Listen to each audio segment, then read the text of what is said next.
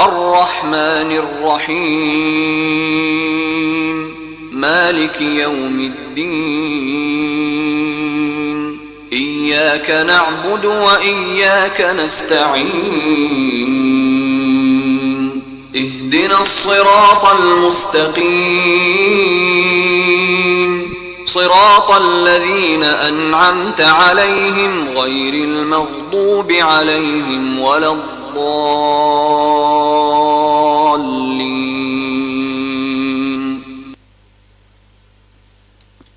Jazakallah. Now I kindly ask our guests and all the attendees to please rise for the national anthem and sing it with full zeal and zest.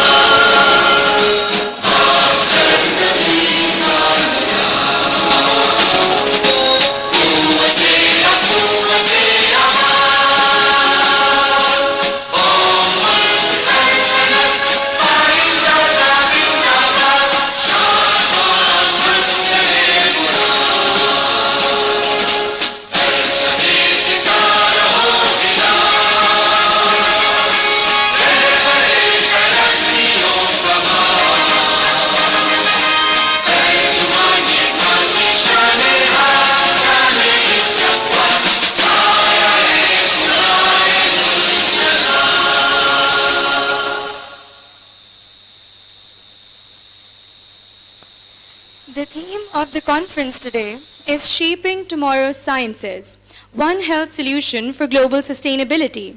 And just like yesterday, we are here to spark meaningful conversations, promote the exchange of ideas, and cultivate a spirit of collaboration to drive sustainable solutions in our field.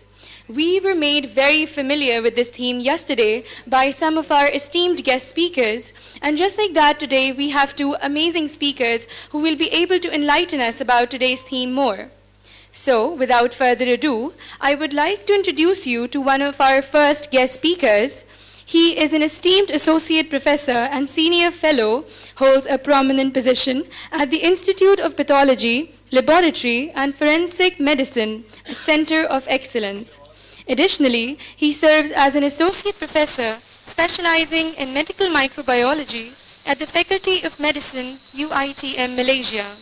With an illustrious career spanning over 2 decades, he has made remarkable contributions to academia and research. His prolific academic output includes the publication of more than 120 articles in esteemed national and international index journals, along with authorship of 2 research books and 4 chapters in various scholarly works. His expertise have been recognized through acquisitions of over 20 research grants, where he has played pivotal roles and as a principal investigator in numerous national and international projects. His presentation topic for today is Microbial Invertebrate Ecology Across Diverse Biomes, from Polar Ecosystems to Indigenous Human Populations. So please put your hands together for the one and only Dr. 𝗟𝗏𝗄𝗎𝗍𝗍.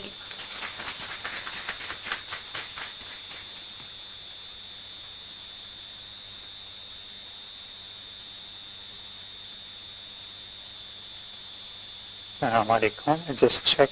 Can you hear me? Am I audible? Yes, sir, you are audible.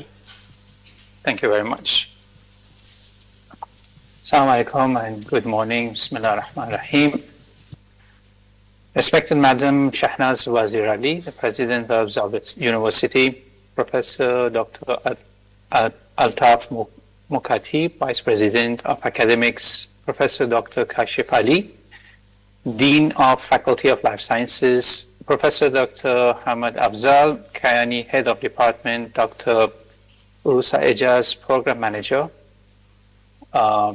dear students of the Bioscience and Biotechnology and the participants, Assalamu alaikum and good morning. First and foremost, I would like to thank this conference, the International Conference on Life Sciences committee, especially Dr. 𝗜𝗏𝗏𝗏𝗏 and the Prof. Dr. 𝗟𝗏𝗙𝗦𝗏𝗏𝗏 for the kind invitation to speak at this juncture. It's indeed my pleasure to give a talk on this platform, and I would like to thank the Madam, the chairperson for the kind introduction. But however, before I get into my talk, I would like to introduce and give a brief talk and introduction to my faculty and showcase a bit about our background in the faculty in the UITM. I come from the university we call UITM Faculty of Medicine. This is held in Malaysia, Kuala Lumpur, where we have a humble study beginning from 2002 and all the way till now. We have several faculties and centers across Malaysia, with this center being our main campus in Sungai Buloh, 2 centers for trainings in Teluk Intan and Selayang, and a newly made hospital in Sultan Abdullah Hospital.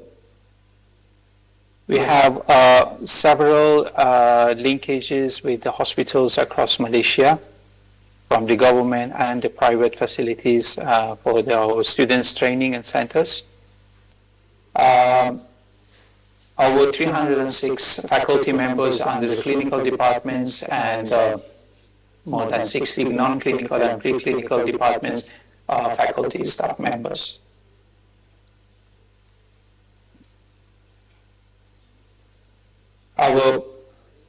We have indeed have a vast number of the list of the adjunct professors locally as well as internationally, where various professors from the various fields are currently serving as our adjunct professors and visiting professors in scientific academy, from Korea to UK, Australia, and United States. And hopefully we have one of the professors from your university as our adjunct university soon. So far we have, our faculty mainly focuses on undergraduate students and MBBS, and so far we have over 1,000 students graduated from this faculty.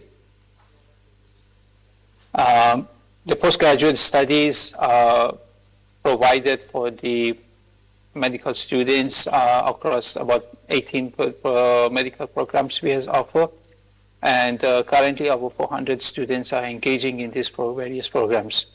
And of course we offer masters as well as the PhD programs in this field of science and technology, which these programs actually mainly catered for the our Bhumi-Putras, or we mean the locals in Malaysia as well. About the facilities, we have a clinical simulation centers, which is a state-of-art center where encompasses a lot of various facilities, from the VR lab, virtual realities, skill labs, and so on for student training. We have several laboratories which specializes in the various research work. Institute of Medical Molecular Biology and Technology, where currently I work at, where most of the lab works and our research and work carried out there. Anatomy Lab, Centre, which is our translational center, Neuron Laboratory, and multidisciplinary labs. We, over the years, we have been able to conduct both physically as well as virtually virtual talks for our students and staff members. We actively engage distinguished speakers from across the world, from Japan, Korea, USA. Even we have speakers coming from the US and UK, Australia, Italy. We engage continuously. We engage them in our development and research collaborations. as I mentioned, we hope to see this collaboration extend to various universities. Maybe from next round, we can have some speakers from your university and this talk, give talks to our students as well. Recent advances I would like to mention here is our research with Spain on the black soldier fly, use of the black soldier flies in the landfills for the decomposition, which is recently has our entomologist department and scientists have managed to secure this with the government of the Spain for speeding up the decomposition and tackling the global warming. We have over 22 countries MOA and MOU with and collaborations across the world. Many countries, we have active research work with them, and as I said, we're hoping to add Pakistan and especially maybe your university into the map as well. Looking forward to that. Now, having said all this, we come to our main talk, where titled Microbial and Invertebrate Ecology Across Diverse Biomes, from Polar Ecosystem to Indigenous Human Population. This is what I call it as from Antarctic microbiome to Malaysia's indigenous ecosystem. We have had this study across, we have a multiple studies that we have conducted in order to study an ecosystem and microbiomes across different conditions. We have chose the Antarctic study as well as the Malaysians, and being a tropical country, over to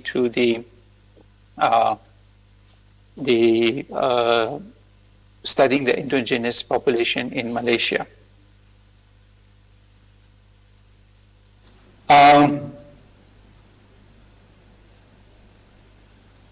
I'll be presenting to this as a comparative study that linked microbial ecosystem across two vastly different environments.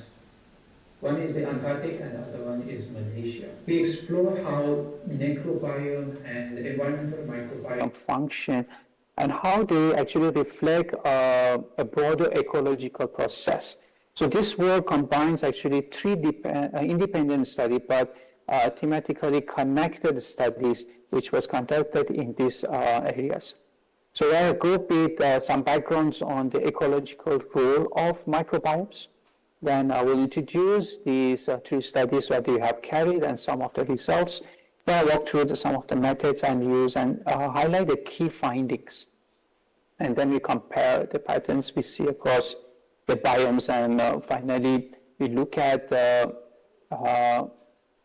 with the broader implications and directions for future.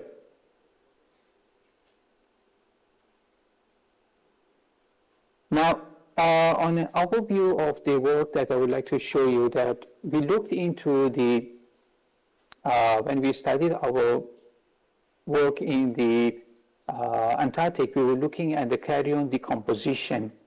So the carrion decomposition is actually a fundamental ecological process that facilitating the nutrient recycling and energy flow within the ecosystem. So this process supports the food web, enhancing the soil fertility and shape microbial and invertebrate communities. So this study we were focusing mainly on the penguin carcasses in Antarctica, exploring the microbiome, soil chemistry, bone density to understand the decomposition under extreme environmental condition.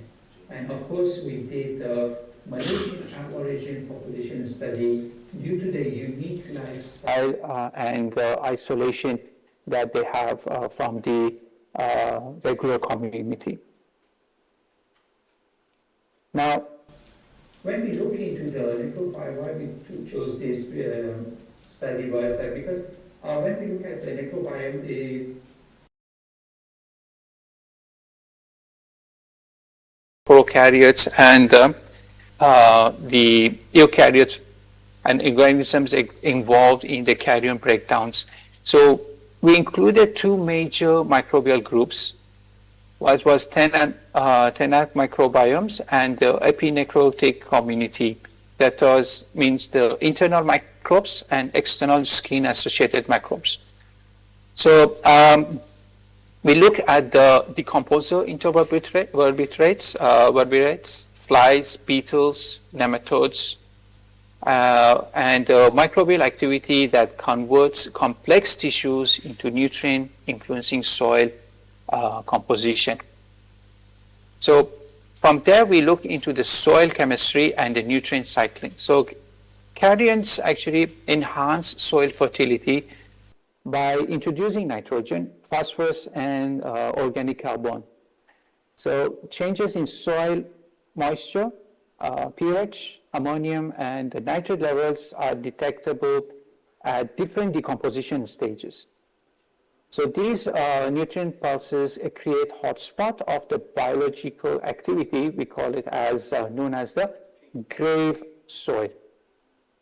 So the study emphasizes the need to document this effect in Antarctic, where such data are lacking. And we also look into the bone density and the structural changes.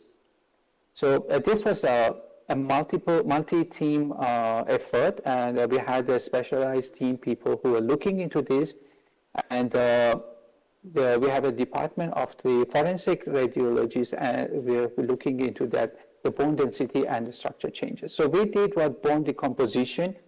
We know that the bone decomposition altering the organic, that is the collagen, and inorganic components such as the calciums, the hydroxyapatites, and so on. We were studying the penguin bone density. So here we were looking at penguin bone densities. Here we offers insight into the adaptation of the polar environment and the impact of the microbial activity during the decomposition. So this one, understanding this relationship helps to infer past animal ecology and as well as the forensic condition. Why Antarctic as a research environment? Of course, since Antarctic offers a pristine, isolated and extreme ecosystem, ideal for studying decomposition with minimal human interference. The cold and the dry climate makes it comparable to the Martian environment. And since we're talking about the space travels and all that, so we can look at those before even we embark on those journeys, which has an implication for astrobiology and space farming. So mainly when we embark on this study, we had the objectives in mind to characterize the microbiome community across decomposition stages. And we also wanted to look into and compare the soil chemistry beneath, around, and away from the carcass. We also measure the bone density of the penguin carcasses over time. And finally, we want to correlate the structure, soil chemistry with the penguin species, decomposition stages, and the location of the study. So what is the significance of this work as scientifically and the social relevance is that we thought this would help in the conservation, enhancing understanding of a nutrition cycle in the vulnerable polar ecosystem. Climate research helps us in predicting carbon, nutrient flux, greenhouse gas dynamic, space exploration, as well as the forensic science. Now, why microbiome matters? Microorganisms are essential for sustaining ecosystem. They drive the decomposition, facilitate the nutrient recycling, help maintain ecological balance. Despite their importance, microbial communities are still underexplored, especially in the extreme environment like Antarctica or culturally unique settings like indigenous Malaysian villages. Now, let's have a look at these studies as a glance. So this presentation brings mainly three different types of studies together. So the two of these main studies were conducted in Antarctica, focusing on the penguin carcass decomposition and associated necrobiome community. The third study was conducted in Malaysia, examined environmental microbiome, particularly the soil and the water in the Malaysian Orang Asli is the term that we use for the aborigines in Malaysia. So Orang being person, Asli means origin, so or aborigines of Malaysian. Now, although these studies were conducted in a different settings, we conducted over the to study and explore how microorganisms or microbiomes structured by their local environment, and we used a similar kind of a gene exploration sequencing to assess the microbial community. So the goal was actually to understand the ecological process through the lens of the microbial life.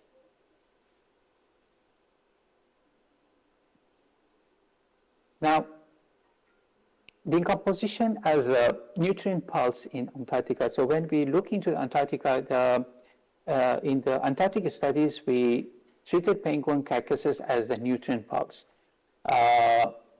which was localized and a temporary boost in resources.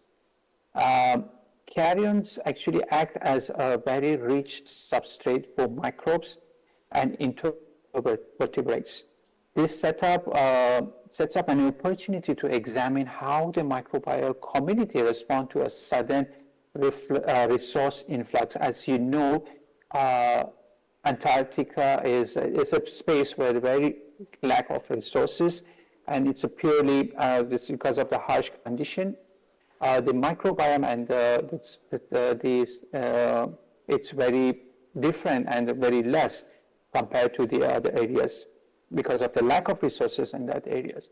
So, and where there is a carcass of the penguin, mainly because of the population, we look at into penguins because of the ease of access, and that was the area where we could access at that moment.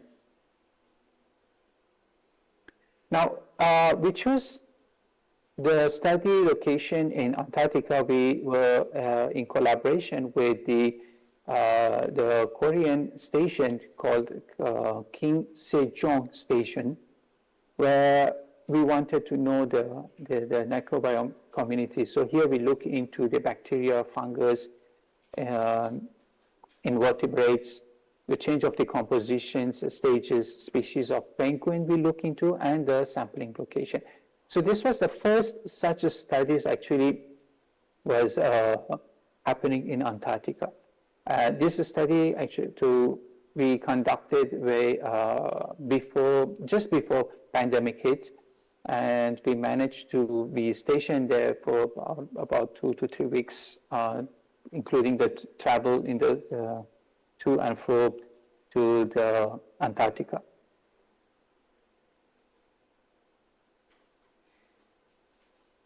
Here is, of course, since it was the first kind of its kind work in our university as well as from Malaysia, and from what our understanding that this kind of study was not carried out elsewhere as well by anyone else in this kind of a condition. So it was reported in the papers, and we received a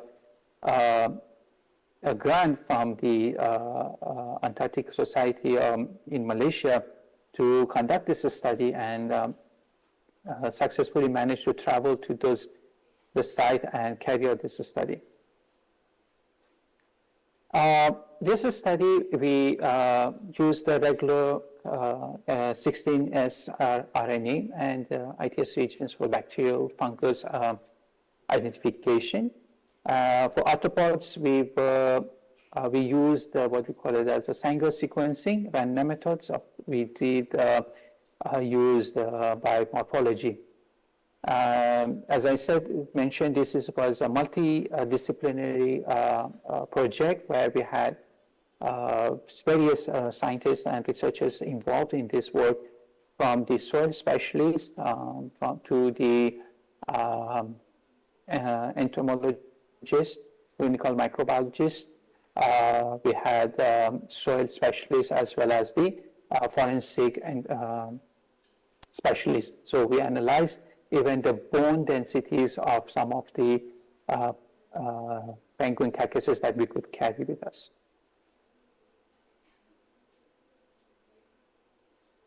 Here are some of the parameters that we checked and we studied for the soil. We looked into the various components like moisture, porosity, phosphates, and nitrates, and so on. There's several aspects of the thing. The soil parameters we look into, nitrogen as well as sulfur. And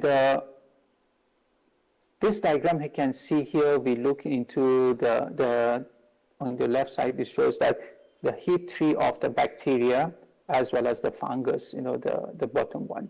So this heat tree showing the taxonomy hierarchy of from the phyla level, from the soil collected from the penguin carrion in Antarctica. The size and color of the nodes here and edge representing the taxa abundance across all investigated samples. On the histogram, you can see of the 5 topmost abundant bacteria and fungi species within the groups that we have seen. So, and if you look at the x-axis, that represents the sample group. Meanwhile, the y-axis, we're looking at the relative abundance.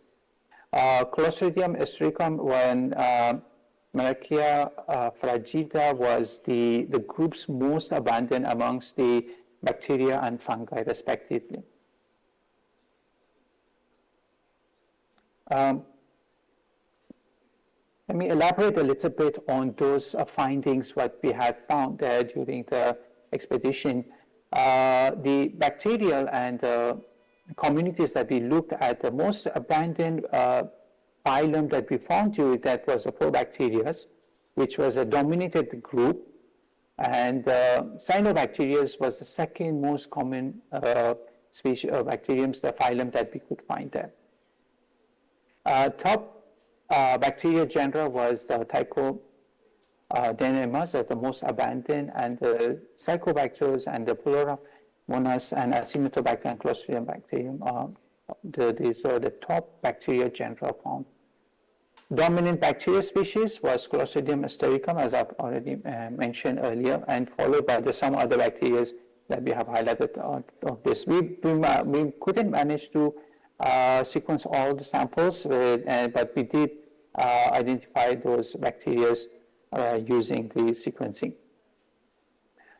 The fungal communities, the main fungal phyla was Psychomycota and Basidiomycotas. These were the present in all the samples, in fact. And the dominant fungal genus we found was Marachia, and followed by the Braciola, with the fungus species being the most abundant in 𝗟𝗏𝗧𝗏𝗏𝗧. So the diversity and statistical analysis that we performed, we found the alpha diversity. No significant actually difference was in the bacteria or fungus was seen about the diversity.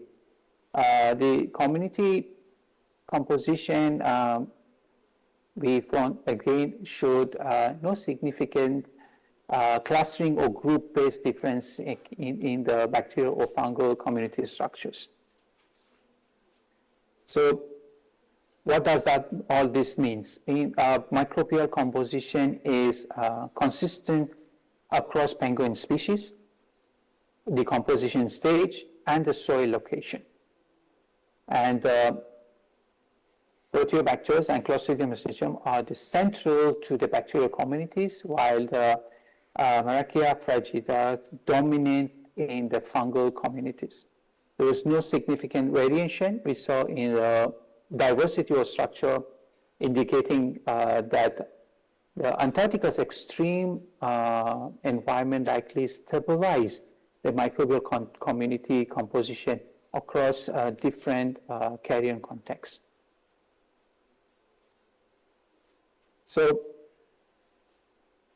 the key finding was, well, say surprisingly, or maybe not so surprisingly, microbial diversity was low overall. So there's no significant change in the soil chemistry across the decomposition stages, but however, what we found was the necrobiome composition varied with the penguin species and the specific location of the sample, because I would tell you about the sampling a bit later. We collected some under versus around the carcasses.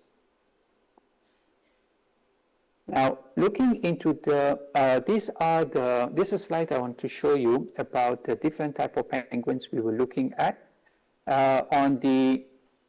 This here you can see the penguins that we came across, they were predominant in that place, were the chin-strap penguins. These penguins is characterized by the plumage on the top of the head and the white base. And the other penguins we came across were the Gen2 penguins. These were a bit larger penguins, much more aggressive, I must say. And they had a straight, bright orange red bill with patches above the eyes. And these are the carcasses that we found. I must say that we did not interfere with anything going on there. We just observed whatever was there. So we look for any fresh carcasses or decomposed one at the different various stages. And we just studied those, whatever was available. We did not set any animal to die, or we didn't kill any penguins in this process. So all those that's naturally occurring decomposition, and we look at that. And this, in fact, I don't have the picture. There was one which scavenged right in front of the team. That a bird just killed one of the penguins right there. So we took the different stages at different places. Some of the moist places, the soil, if you may look at this, and dry lands as well. Okay, now let's have a look at what arthropods and nematodes was found by our entomologists. So in the second part of this study, which is our colleague, Professor Dr. 𝗜ห์𝘁𝗲𝗿𝗄, our forensic entomologist, who was present at the Antarctica station, never carried out this experiment, quantified the arthropods and nematodes. Both groups were actually more abundant beneath the carcass, underneath the carcass, and a bit around them. And this one suggesting a very clear biological hotspot. So unlike the microbiome, the bacteria, the arthropods and nematodes were mainly found around the carcass rather than anywhere else. So interestingly, when you walk away about 500 meters away from the carcasses, no invertebrates, no arthropods, no nematodes were detected. So this highlights how decomposition structure the local biodiversity. So it's important for the cycle to occur for these penguins to die at the various different positions or places in Antarctica to increase the biodiversity of the place. In this diagram, you can see the histogram of the nematodes. I will just highlight a little bit on this. Here we can see the box plots of comparing the different methods that we employed here. And we applied the non-metric multidimensional scaling to the different the stages of the samples that we have collected. As I mentioned already, we had Gen2 dry around the dry area, Gen2 dry beneath, Gen2 fresh around, Gen2 fresh beneath, and as well as chin-strap dry around and dry beneath. So based on the penguin population and the areas of the collection, we studied the arthropods and the nematodes. Sorry for the very busy slide here. We just wanted to showcase the arthropods and nematodes in the penguin carrion decomposition that we have found them. So arthropods identified were mites and springtails, and with various orders of the nematodes were Monochaetas, Rabiditas, and Dorilamidas. And these are they showed that the distribution by the decomposition and stage of the species. Fever organisms were found, as I mentioned, during the fresh decomposition. When we look at the fresh decomposition, very few nematodes or arthropods were found. As the older decomposed bodies, we found more of them, of this organism. So if you look at, I think here, you can see that we found about on the GFAs, we found 5 arthropods and 24 nematodes. About higher abundance were found in the dry decomposition stages. And you can see the number significantly increased around the dry decomposition. So, and we used the diversity analysis, and we saw no specific, actually, no statistically significant variation in the community. I mean, despite the variation, there was no statistically significant difference in the community diversity found among the groups.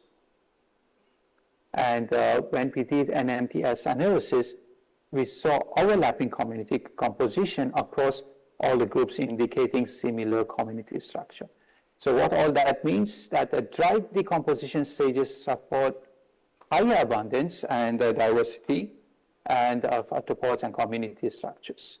And the results suggest that time and environmental exposure are a stronger driver of invertebrate contributions. Okay.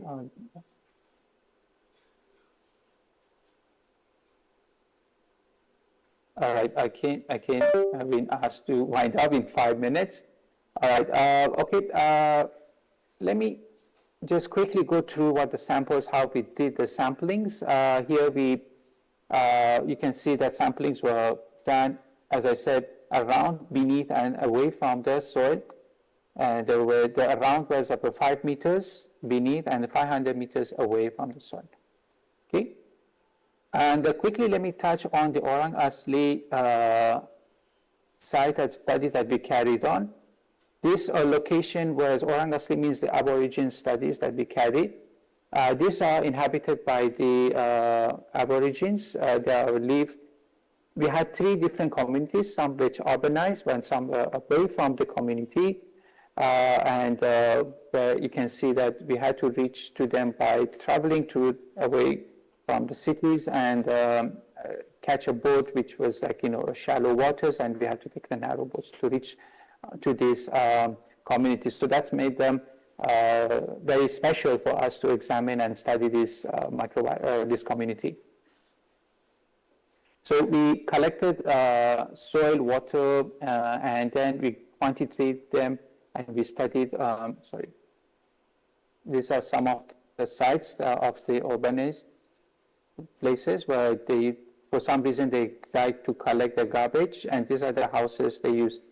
They live in very unique, and even though some of them are untouched, as you can see here, with the lifestyle, and some have been urbanized but still maintain their lifestyle.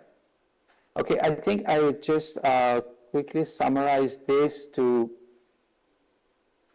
the interest of the time. So what we did is allow me to jump into the conclusion part. So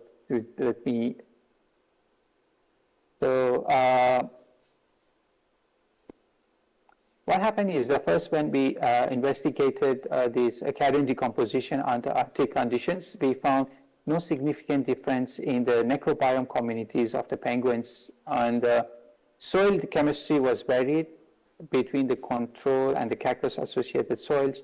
And from the bone density studies, we found no significant changes between the fresh and the dry decomposition, as mentioned. The harsh Arctic environment actually characterizes by the extreme cold, dryness, and limited microbial diversity, shows both the carrions and bone decomposition. So these findings enhances our understanding of the nutrient cycle and the bone decomposition in the polar ecosystem. Okay, so however, the limitations, we had a lot of limitations because uneven sample size, short field duration, and limited sampling area. The broader and longer studies are needed to fulfill this study. So, but however, this study may be preliminary data, but still opens up an opportunity in the field like ecology, microbiology, forensic sciences, and soil and anthropology.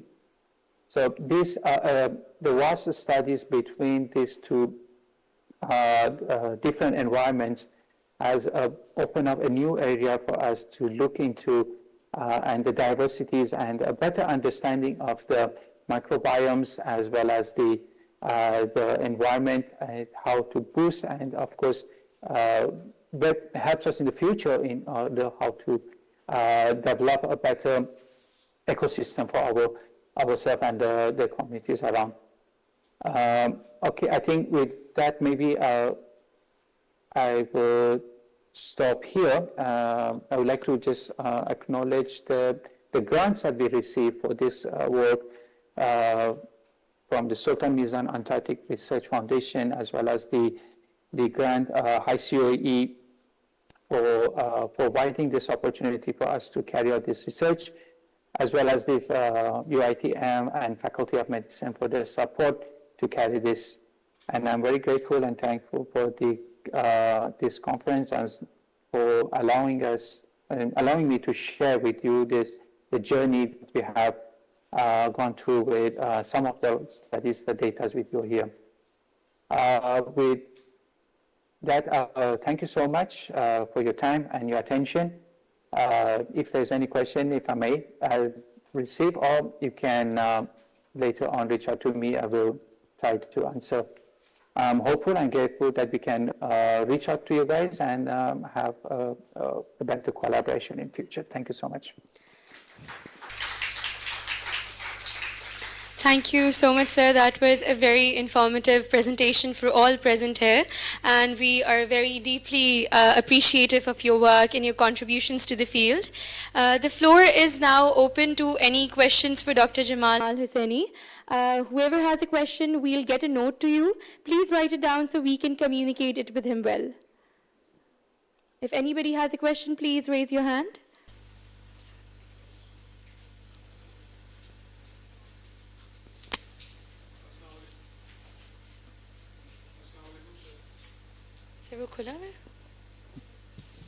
Assalamu alaikum, sir. Greetings to you. Sir, my name is Dr. 𝗟𝗏𝗻𝗲 from Ahmedabad University. I'm a faculty member. Sir, my question to you is that can you please elaborate or shed some light on correlation between biodiversity and environmental sustainability in terms of your in-depth study and also in context of the amount of pollution that we have in our environment? So significance of all this. Biodiversity. Thank you. Yeah, thank you very much for the question. Yes, that's the main reason, actually, the whole idea of that we have studied, embarked on this study. We believe that, of course, the pollution can change the environment, and I couldn't share my studies from the 𝗟𝗏𝗻𝗲 part because it's too much of things going there. We did two diverse areas when we look into. One was the Antarctica, where there is no pollution, there's no human interference, And yet there is a very little, there's not much of a difference into the microbiome and the soil, what you call it as the nutritions. But where there is life, there is a cycle. So there is the thing will thrive by itself. But when we study, when we look into the these areas, as I mentioned, as I showed you some of the slides, when we look into some of the soil samples where with a lot of like they decompose the leaf, the trope. For some reason, they like to collect whatever they get. And there was, and they were handling. So when we look at those samples, so, and you know, Malaysia is a place where very rich in biodiversity, and some of those areas had no significant nutritional value. So even though it's a small area, we look at when we compare with the other richer source parts, where we had no population, we found there are better. Just simply put it, nutritional value compared to those areas where there's human interaction and all this pollution is happening. So indeed, yes, we get different type of organisms. We do see a huge difference between the type of organisms and the soil composition from the areas where there's a pollution or polluted or heavily influenced by the human activities.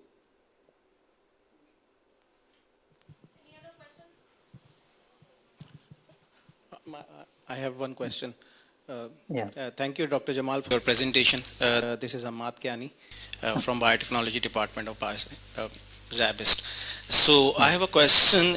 You have mentioned on the slide 30 in your interpretation of the study 1 that you did find a very low biodiversity among the population. So is it plausible to say that it is applied to whole of Antarctica, or can we say it is based on your own results that it is limited to the study that you have conducted where you did find low biodiversity, and there is a chance or there is a plausibility that we may have a higher biodiversity in other parts of the region? Indeed, yes. Thank you very much for this question. Yes, as I mentioned, this was one of the major our limitation was that we were just there for 2 weeks, and we were only assigned to one certain area. And as you know, this movement is very restricted in Antarctica, and you only can allow to go out on certain times. You're allowed to only be stationed on where you are. So this study, as I showed in earlier slide, only was limited to the certain area. So this limitation that this biodiversity that we talk about, the limited term, is mainly to that area that we look into. Again, we have to do look further, and longer studies are needed, and only one season that we looked into this. During the season, which was considered mainly as summer, the temperature is much different from the other times of the year. And indeed, so this is to only our study limited to the area that we looked, and it was a very small area that we were allowed to explore, and the samples were we can take our samples from there. So I do agree with you that this is just limited to the area. Thank you.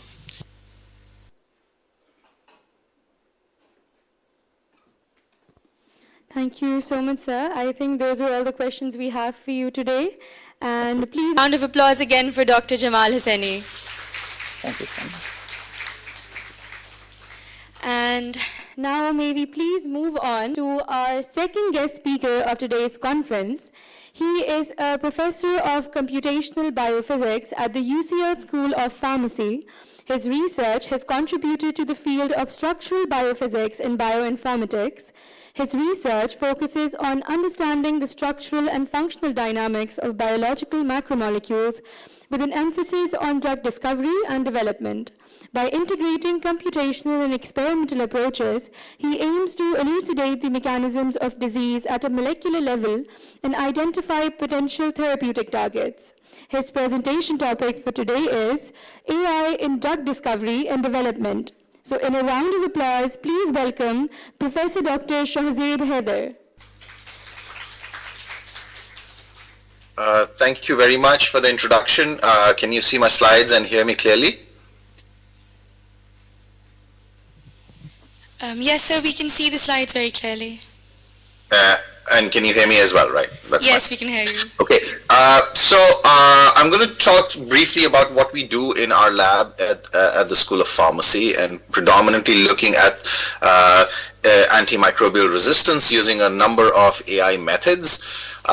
As we all know, and it's a big problem around the world, that antimicrobial resistance is ever increasing. And if you look at any reports by the WHO or read any Lancet or any other microbiology journal, you'll see that the annual antibiotic resistance deaths are going to be predominantly the most important factor, and they are going to overtake cancer by 2050. So it's a problem that we need to address now as opposed to leaving it later.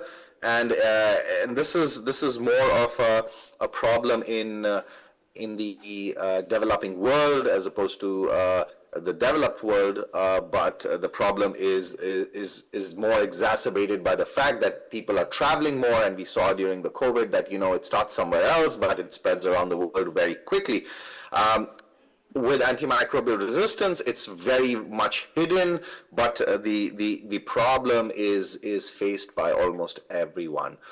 I'd like to take you back to December 11, 1945, when Alexander Fleming got up and gave his Nobel Prize-winning speech for the discovery of penicillin, and he said something very, very important. And this speech is on the Nobel website. You can download and read this, and this is very interesting, where it says that, look, a time may come when penicillin can be bought by anyone in the shops, and we do that every day. I mean, we go into the shop and we say, oh, can you give me an antibiotic, and they'll give it to you.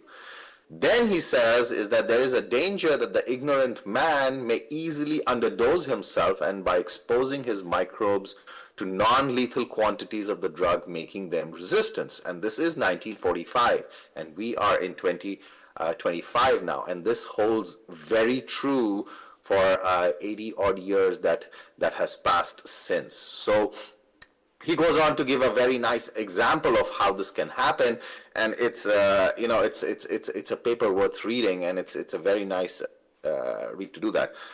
So what makes these antibiotics so spectacularly different from drugs? So if you take any drug, just any drug that you're taking for any condition, you give it to a patient, you either cure the clinical effect or you develop toxicity, and the effect of the drug will stop there.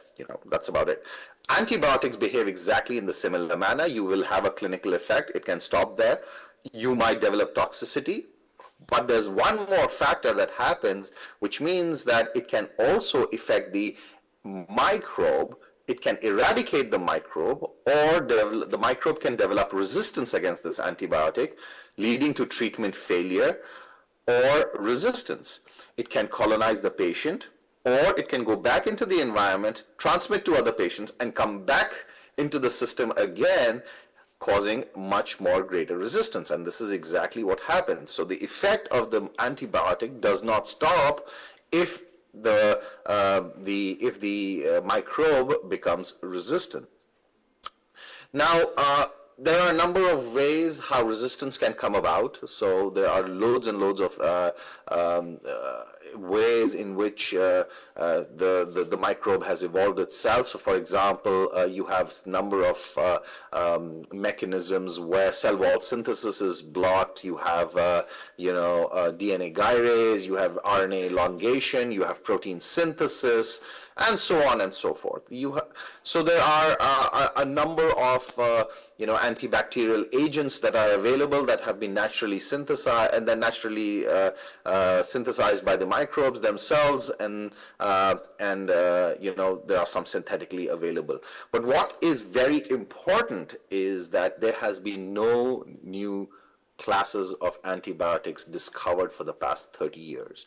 And that is what makes it very, very crucial that the last big antibiotic that we identified was over 30 years. Now, we do get combinations and new therapies being approved by the FDA, but you have to keep in mind nothing new is being discovered. So it is really, really important. And of these mechanisms that I have shown on this slide, the most common is the expression of one enzyme called beta-lactamase. And this beta-lactamase is a very, very small enzyme. It's about 300 amino acids. And what it does is that it hydrolyzes these antibiotics. And when it hydrolyzes it, it renders them useless, which means that you have an antibiotic and this enzyme is actually destroying that antibiotic, so your antibiotics are not working. One of the things that you need to keep in mind is that this enzyme is one of the fastest enzymes that we know of. So along with carbonic anhydrase and others, it is the fastest. When I say fast, it means that the kcat approaches the diffusion limit. So you titrate in your substrate and it hydrolyzes it immediately. So clearly, this enzyme is doing something that is extremely fast. So how do we actually go about studying such enzymes that do not change conformation and are super fast enzymes? What I also want you to focus on is the simple reaction, two-step reaction that this enzyme catalyzes. So you have the substrate, which I've shown here in the top of the screen on the left in the first figure, where the antibiotic comes in, it interacts with the serine residue, the catalytic serine. There is a base residue, and it forms an acylation intermediate in step 2. Then it begins to hydrolyze the beta-lactam ring and forms an acyl enzyme adduct. And after that, the second step's reaction takes place, which is shown here on the bottom of the slide, where the deacylation intermediate starts. And then the enzyme, the antibiotic is broken open and it's useless, whereas the enzyme has regenerated itself again in order for it to hydrolyze another antibiotic. So this is the mechanism, and the way people are trying to, or research groups are trying to design a drug is to simply covalently block this reaction so that it cannot regenerate itself. But so far, what has happened is that the enzyme is so clever that it evolves a mutation allowing the new substrate to not bind or to be hydrolyzed extremely quickly. We talk about hydrolysis, we talk about all sorts of dynamic interactions, and so should be. We should look at everything from a dynamic perspective. So everything inside the cell, inside the body is dynamic, even chemical reactions, how proteins fold, how ligands interact with protein, and supermolecules. I mean, viruses entering our systems, the bacterial infections that are happening, everything is dynamic. So how do we go about studying them? We use computational biophysics to give us a spatial and temporal scales, and this studying all of this process is very important. I mean, if you do a static structure, you will not get a dynamic picture of what is happening, and it's not going to give you correct results. So by moving process, when we study these dynamics, there are two bottlenecks. So first is the force fields, which allow us to, describe the accuracy of what we are studying, and the other is a sampling issue. Sampling means that what are the biologically relevant events that we can actually look at using the computational power that we have. Now, force fields and sampling are two different fields, and it's both of them are very, very important. I'm not going to talk about the force fields, but we are going to look at sampling today, and therefore the way we do that is in traditional methods. You might ask ourselves that, look, in traditional methods, what is wrong in our traditional methods? Well, In traditional methods, you schedule a job and you try to look at visualization, but the problem is that your system is not sampling the conformational landscape, and it is stuck here in one particular minima on the free energy landscape, and it is not actually looking at different states. Now, why do we want to do that? Because events take place at different time scales, which means that if you take a protein or if you take any system, you have a huge number of conformations it can exist in, and some conformations are conducive for chemical reactions, whereas the others are not. Now, if you are in a minima where, or if you are adopting a conformation which is unable to catalyze a reaction, then that conformation is useless. However, it needs to go from that state into a new state. It has to jump over energetic barriers, and in order for it to jump energetic barriers, it needs to change conformations, and therefore we need to study multiple states at the same time. And it's extremely difficult to do that with the computation power we have. So what we do is we carry out what is called enhanced sampling molecular dynamics. I'm going to give you two very quick examples.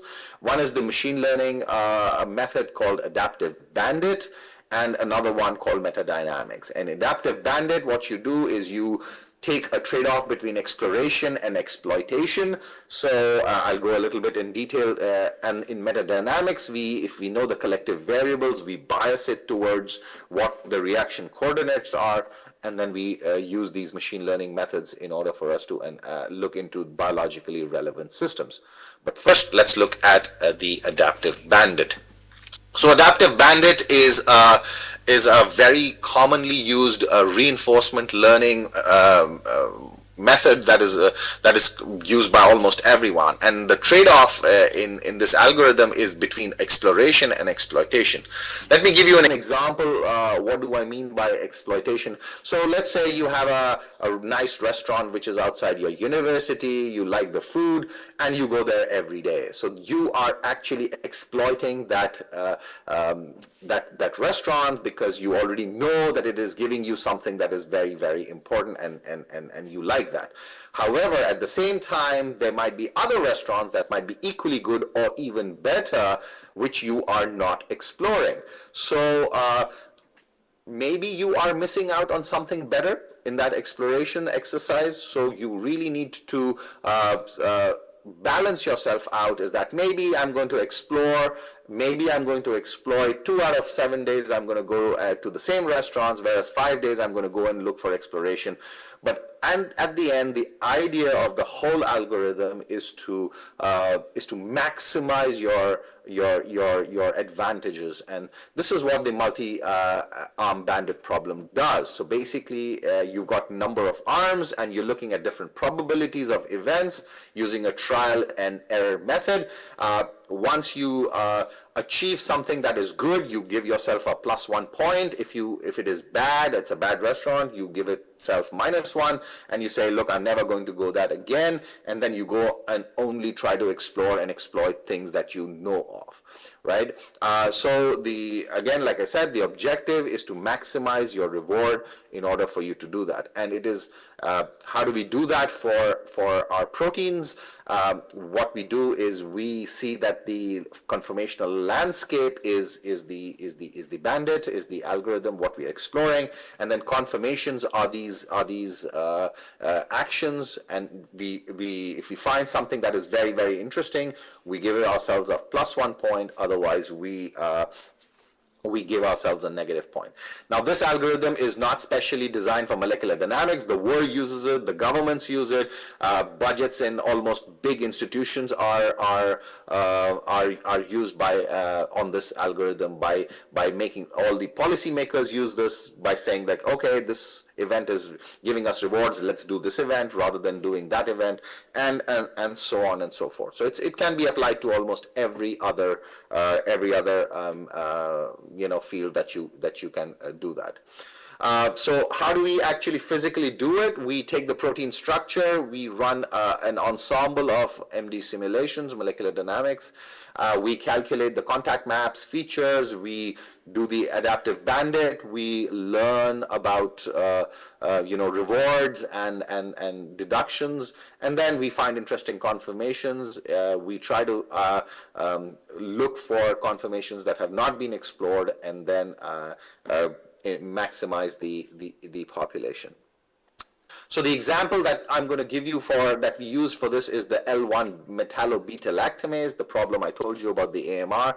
This is one of the very, very important enzymes from Strenotophomonas, maltophilia, which is a gram-negative, and it infects patients with cancer, cystic fibrosis, and almost all bloodstream infections. It's a very, very important enzyme because it is the only enzyme, beta-lactamase, that exists in four subunits as opposed to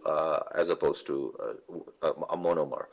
And what is spectacular about this enzyme is that it is resistant to almost all clinically available beta-lactamase inhibitors.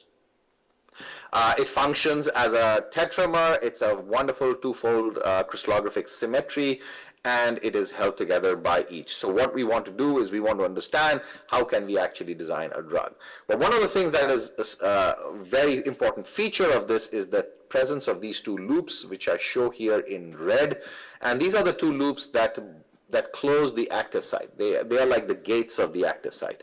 And there are three important interactions, which is an ion pair interaction between R236 and D150, a pi stack between H150 and 227, and an orientation of a proline residue. Now, if you look at, there are about 40 odd crystal structures of this enzyme in the PDB that with and without a drug in there, and all of them are in a conformation where the loops are closed. When I say closed, means these interactions that I have described are all formed.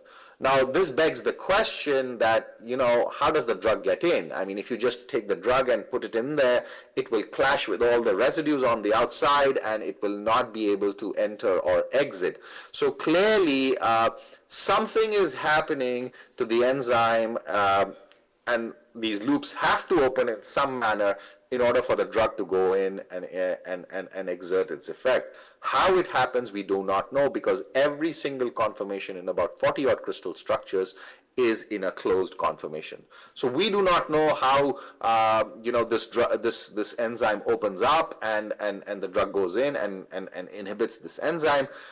So in order for us to design better drugs, we need to understand how it opens. What is the open state? So we carry out our simulations using the adaptive bandit algorithm, and we then begin to analyze what is happening.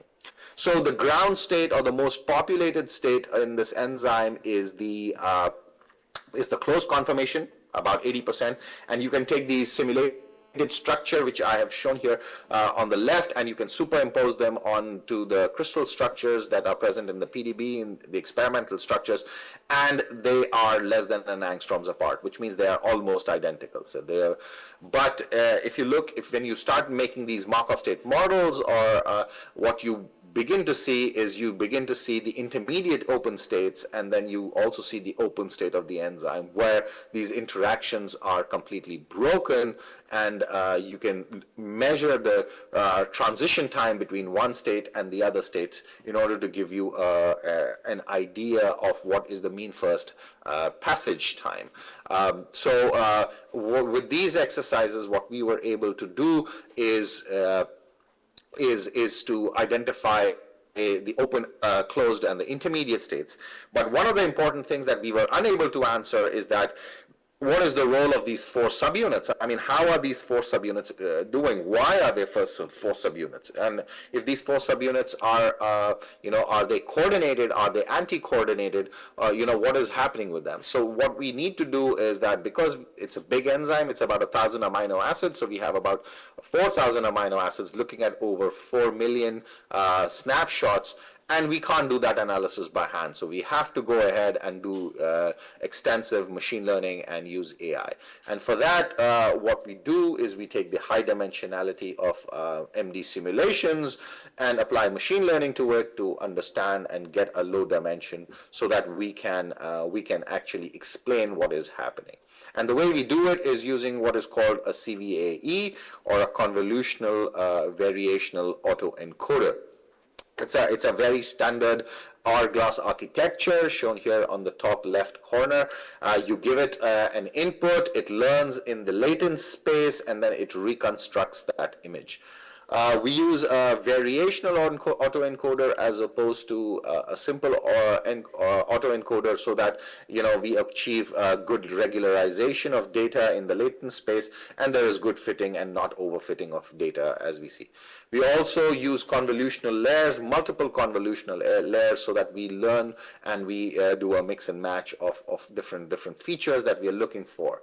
And ultimately what we do is that we track the loss function across the entire process, so that we choose the dimension which has the lowest loss, and from that we tend to do a further reduction using one of the dimensionality reduction methods in order for us to look at the results.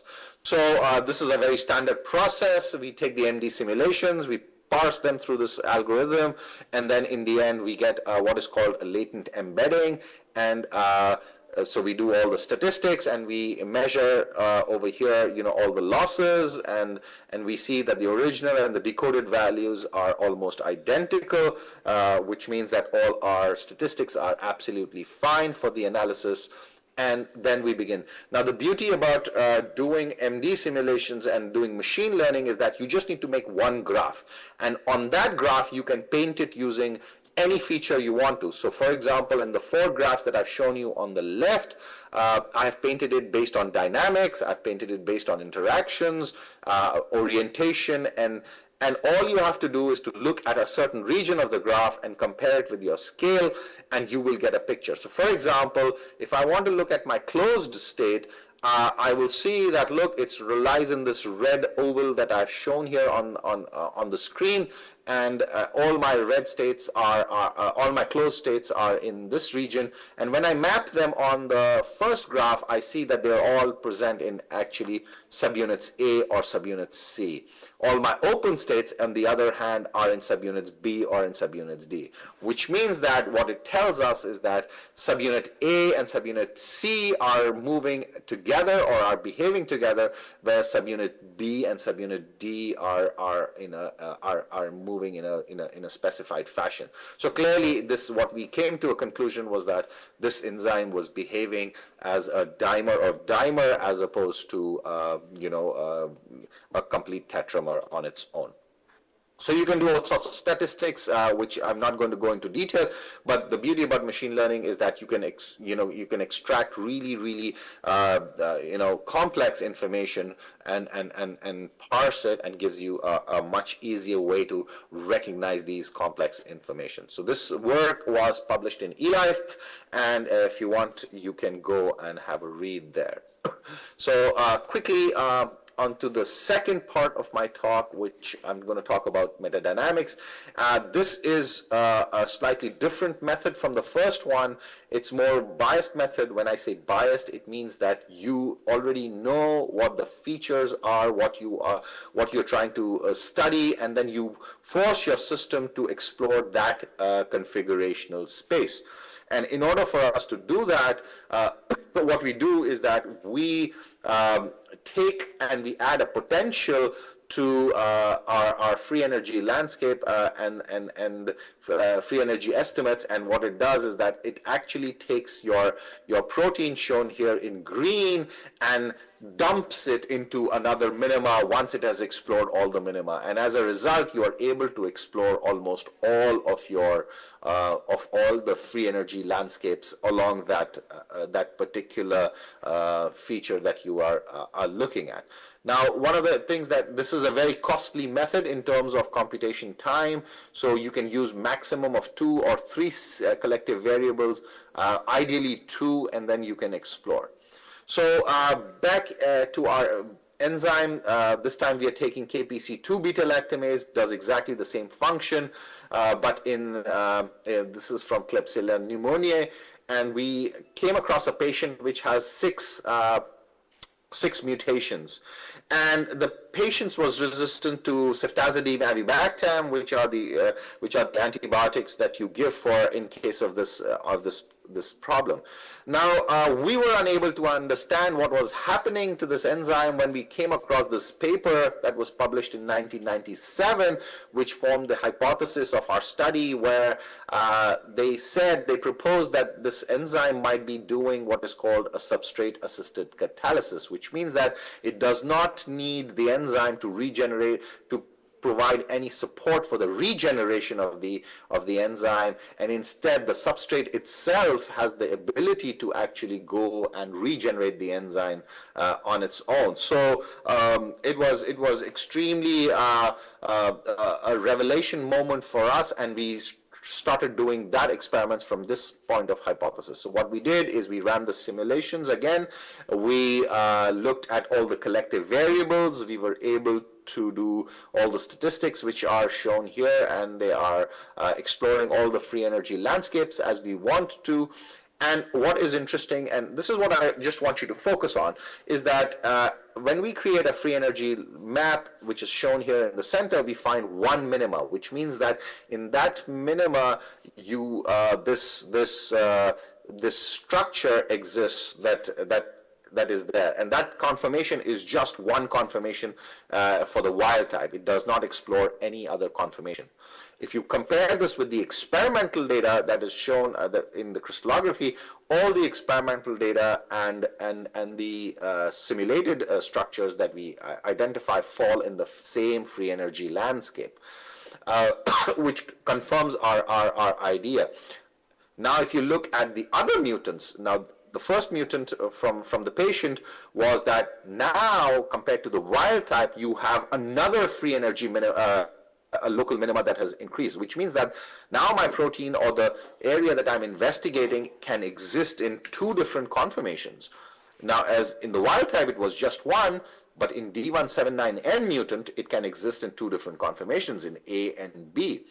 When you look at these conformations in detail, you see that this N170 residue is rotating out, and that is very, very important, because it is this N170 that is responsible for actually carrying out or stabilizing the deacylation reaction. If you remove, and there have been experiments that have been done, that if you mutate N170 out, the enzyme will fail. So N170 is an important residue.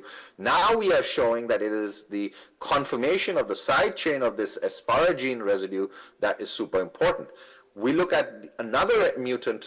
Remember, we have 6 mutants. We look at another mutant, D179Y, and we see that there are more minima that are coming, which means that what these mutants are doing is that they are making this enzyme more dynamic, so that it escapes the conformational landscape that is required for the wild type, for the antibiotics to to bind to this wild type.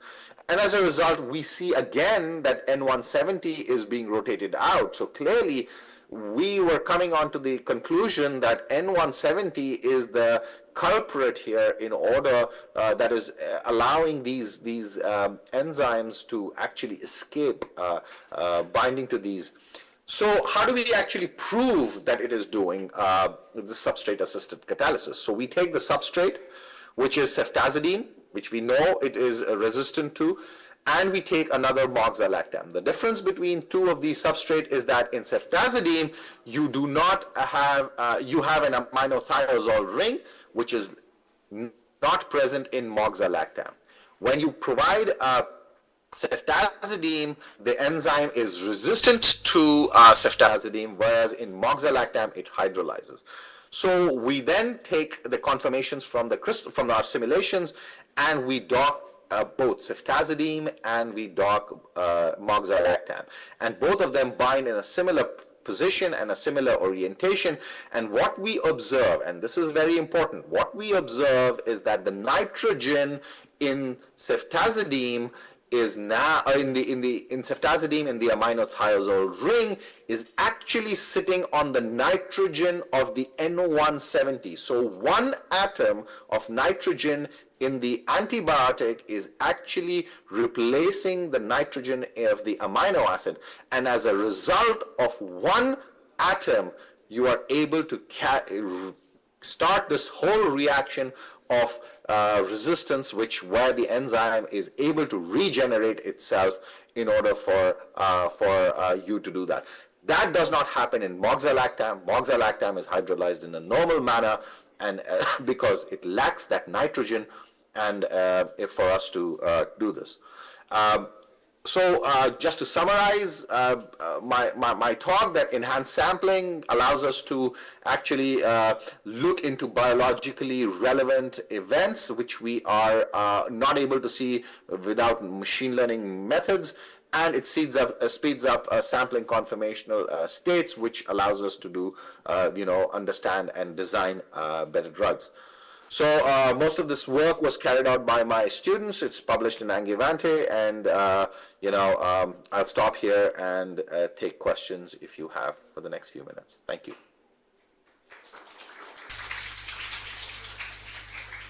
Hello. Ji sir. Yeah. Ji sir. Thank you so much, sir. That was a very enlightening presentation. I'm sure everybody here was able to learn something from it. And the floor is open for questions. If anybody wants to ask anything, please go ahead. Sir, thank you so much for the just a wonderful presentation. And I was really getting invited. You are working on such a different systems, and you didn't even let me know. But okay.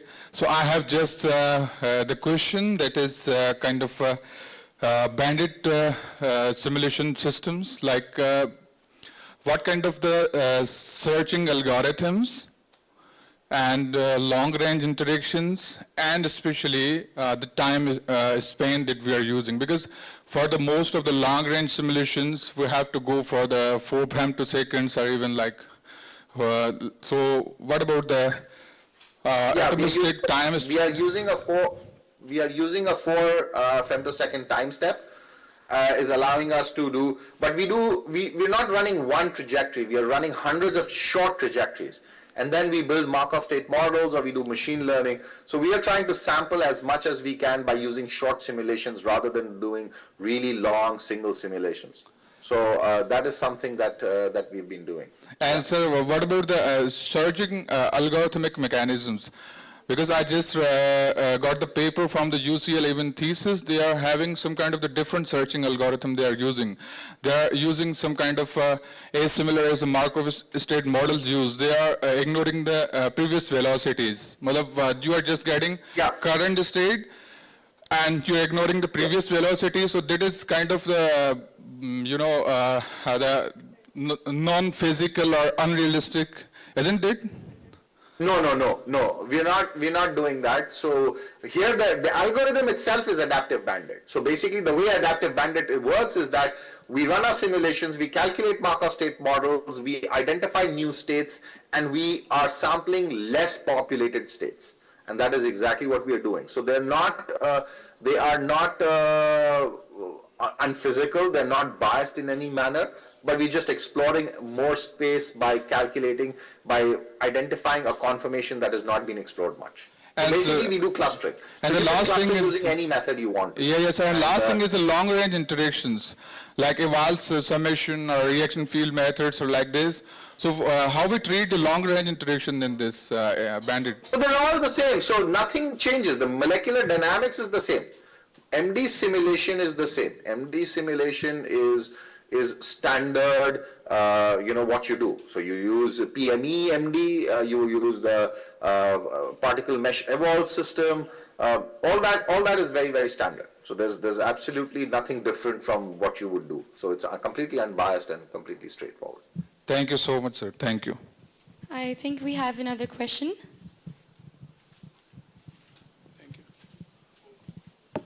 Hello, sir. This is Dr. 𝗜𝗙𝗦𝗲𝗏 from Ahmedabad University. Sir, my question is in basically two parts. First part is that you mentioned that in terms of protein conformations, multi-stage study is not easy according to current computational power. So, what are the limitations that are not allowing it to be easy? This is the first part. Second part is that computational analysis or computational studies are basically based on simulations and algorithmic predictions. If they are not going up to the mark, like I just recently read Dr. David Baker from University of Washington, who is working, who got last year's Nobel Prize in protein designing. So he said that first we make computational models using, we make proteins using AlphaFold 3, and then we make these proteins in lab in real time. So if we are not able to make them in up to the mark or up to our expectations, so what strategies we should take in terms of drug discovery and development? Thank you. See, you have to, no matter what you have to do, these are computational predictions. You have to do experiments in order for you to prove it. Now, if you are unable to do experiments, you need to go into the literature and find experiments that can be explained by your systems. So what we do is that we don't do experiments. I don't do experiments. I have collaborators who do that. But then there are cases where somebody else has done some experiments and we provide a structural explanation for that. So our simulations are theoretical, but if they are able to provide a structural or rationale for experiments, these simulations are exactly correct. So I mean, of course there are some simulations where you cannot have an experimental explanation, but that is the something mechanism that you propose, and this is what science is that unless somebody says that, look, this is wrong and here's a new mechanism, you stick with what you have. So you identify a hypothesis, and it should be a rational hypothesis, and then follow that hypothesis towards how you are going to carry out your experiments. And like Professor Baker said, I mean, he's absolutely correct that, look, we first do the simulations and then go and test them in the lab. This is exactly what I do as well. I look at the simulations, I carry out my simulations, and then I will ask my collaborator to go and do this in the lab. Thank you, sir. Sir, just one part I would like to add. You did not comment on method of force fields. Was there any specific reason to that? No, the force fields are standard. See, that's a completely different field on its own. So force fields that we use are very standard force fields. So the amber force fields, FF19SB. So that's not a So there was. I mean, I'm not talking about generating potentials. If I was talking about generating potentials, it goes into the force field domain, then I'm not talking about sampling, and because of the time restrictions, I can't talk about both. So I just said, let's look at sampling, let's look at the application as opposed to the mathematical derivation of force fields, which is a huge field on its own.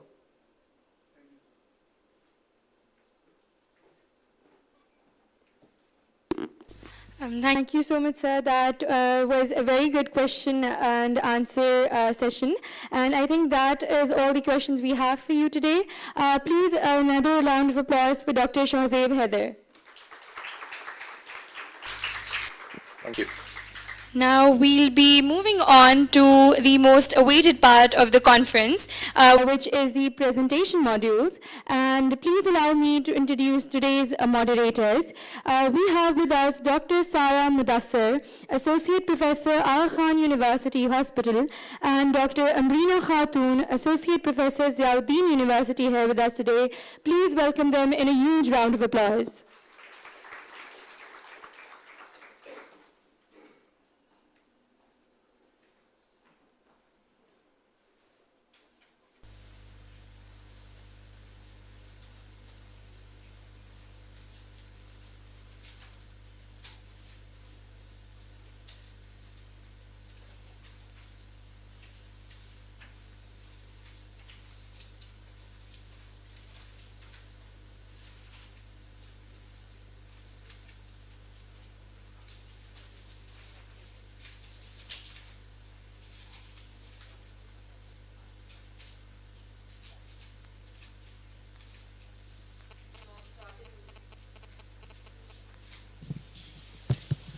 So starting with the presentation module, I'm going to invite Mr. Mohammad Arsalan from 𝗟𝗙𝗦𝗖𝗢𝗡 University.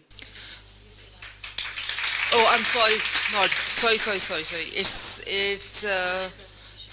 Sorry. Yeah, so that's an online, first one is an online presentation for which is by Miss Iram, and it's University of Kent, Islamabad. So one thing that I want to say is this, that this presentations, these are for 10 minutes. We are going to give you heads up when just 2 minutes will be left, and then after that, please quickly wind up your presentation, right? So, Ms. Iram.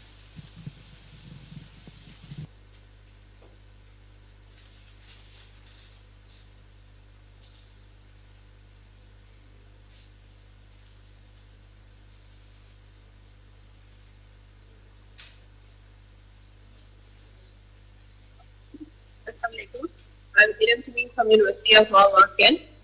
So today's the topic of the session is use of manganese-based nanomaterials for electrical application. I'm a PhD student. I have done my research in studying the electrochemical potential for manganese-based materials. These are the content of my presentation that include the introduction, challenges of oxidation reduction. Ms. Iram, it is requested to please hold on. You are rising Ms. global Iram, population, industrialization has escalated directly demand, prompting a shift towards the renewable energy conservation method, the electrochemical potential and different electrocatalytic devices including supercapacitors, lithium-ion batteries, solar cells and fuel cells. These are playing a pivotal role in the transition of these materials. Apart from that, many rechargeable batteries like lithium-ion batteries that show the catalytic ability not only for the energy sector but also for the fuel cells like sodium hydroxide, alkaline electrolyte, in order to facilitate the electrochemical reaction that convert the hydrogen and oxygen into electricity and water. It proves that the electrocatalytic oxidation of hydrogen takes place at anode, while the reduction takes place at cathode. Sodium hydroxides then move towards the electrolyte and electrons going to the external that eventually leads to the generation of electricity. The use of an alkaline medium for fuel cell is advantageous for the stability of the fuel cell components and minimizing the degradation, reaction, leaching of the components. So the major question is why we are paying so much importance on oxidation reduction rate. Actually, the cathode electrodes are going to play a pivotal and crucial role within the fuel cell, which is considered a challenge in electrochemistry as well as the electrocatalysis. Considering other necessary factors that also depend upon the primarily on the catalytic ability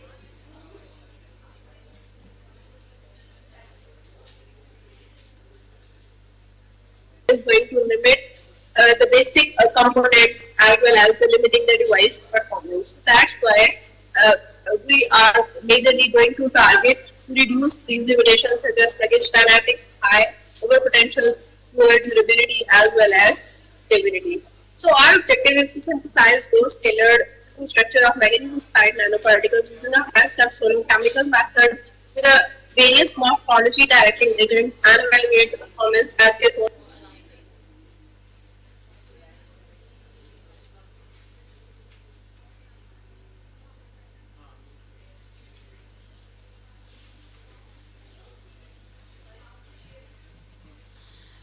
Ms. Iram, please share your screen. Am I audible?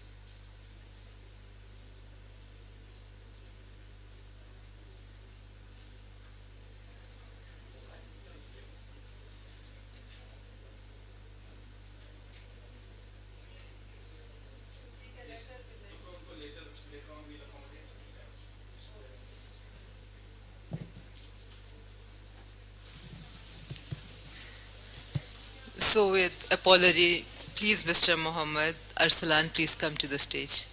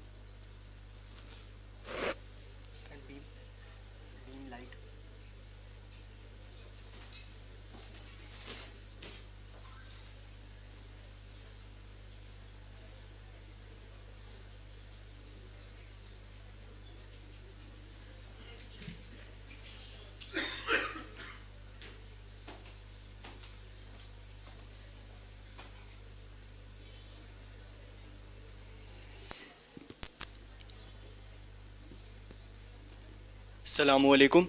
I hope you all are doing well. So before starting my presentation, I would like to ask you a question. What's something that's it's just a question, it's not a quiz of your university, so don't panic. The question is very simple and very short, that what's something which silently enters in your body and attacks your liver, just like the unwanted gas enters in your house and the children of them destroy the furniture. Can anybody name them? Cheeseburger. All right. Any other guess that destroy your liver, enters silently in your body? No. The cheeseburger's answer is correct, but I would like to tell you that it's an underlying cause. The main cause, then the main culprit is non-alcoholic fatty liver disease. Now, what's non-alcoholic fatty liver disease? Basically, non-alcoholic fatty liver disease is the accumulation of fat cells in your liver cells of those people who don't even drink. How rude. But yes, it is what it is. Now let me explain further. What NAFLD basically is the spectrum of diseases that progress from a healthy liver to steatosis. What steatosis is basically a fatty liver, and then non-alcoholic steatohepatitis. It's basically non-alcoholic steatohepatitis that is also termed as NASH here. It's a severe form of fatty liver और इसके अंदर inflammation and scarring हो जाती है. And where the scar formation occurs, remember, there will be fibrosis take place. And moving forward from the steatohepatitis, it will lead to liver cirrhosis and ultimately hepatocellular carcinoma. Now, if a patient is diagnosed with liver cirrhosis and hepatocellular carcinoma, either two things can happen. Number one is a liver transplant, and number second is very common and very often is death. It's sad, but it is how it is. Moving back towards how can we treat steatohepatitis, before jumping towards the treatment, I want to ask you all, why NFLD? Anyone can answer? The main reason for the NFLD is the ongoing and the trends of using weight loss supplements, and that contains a hidden villain known as 𝗟𝗏𝗳𝗃 𝗃𝗃𝗃. The 𝗟𝗏𝗃 𝗃𝗃𝗃 basically is a tropical food commonly named as Malabar tamarind. It's basically based in India. So what it does, it induces fat loss. Yes, जहाँ फायदा वहाँ नुकसान. Fat loss के साथ साथ ये आपके liver को भी बर्न करता है. लेकिन कैसे, इसके लिए पहले हम ये देखेंगे कि how it affects, how it induce fat loss.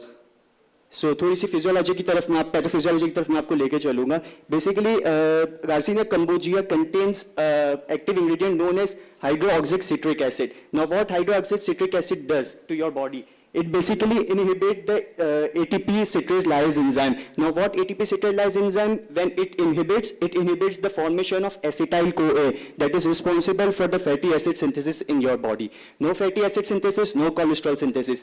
And above them all, it also enhances the production of glycogen. The second one is it also increases the brain serotonin level. Now what's brain serotonin level? It enhances and it activates your mood in a good way, and it suppresses your appetite. When appetite suppress, your calories intake will be reduced and ultimately fat loss will occur. And the last but not least, increased fat oxidation. Basically, when acetyl-CoA decrease, it also decreases the malonyl-CoA enzyme. Malonyl-CoA enzyme, when decrease, it makes fats to travel more through the membranes of the mitochondria and enter into it. That leads to the oxidation of fat cells. And this is how fat oxidation occurred. अब ये सारी चीजें तो reduce ही कर रही हैं fat, तो आपके दिमाग में एक सवाल आएगा कि जब सब reduce ही कर रहा है तो how it's causing fatty liver. So the जहाँ फायदा और नुकसान जो पहले मैंने बोला था कि जो माइटोकॉन्ड्रिया के अंदर फैट की ऑक्सीडेशन इंक्लूड हो रही है, इस वजह से जब अगर आप इसका एक्सेस इंटेक करेंगे गार्सिनिया कंबोजिया का, तो इससे ये होगा कि हेपेटोटॉक्सिसिटी मैकेनिज्म कॉज हो जाएगा, माइटोकॉन्ड्रिया की डिसफंक्शनिंग स्टार्ट हो जाएगी. And what do I mean by mitochondrial dysfunction is the destruction of the cell membrane, the destruction of the permeability of the cell membrane of the mitochondria. Oxidative stress will occur means the production of the reactive oxygen species, which will ultimately give rise to a process known as de novo lipogenesis, because ROS destroys the hepatocyte cell. Now, what's de novo lipogenesis? De novo lipogenesis is basically a production of the fat cells from a non-fat compound, and that is non-fat compound is basically it can be a protein or it can be a carb, but mainly is carb, and the carb which is stored in a body is in the form of glycogen, and glycogen it is stored in two places, either it's stored in muscles or in glycogen, and de novo lipogenesis occurs in the liver, and the glycogen converts into fatty acid cells, and the liver firmly takes place and it changes into fatty liver.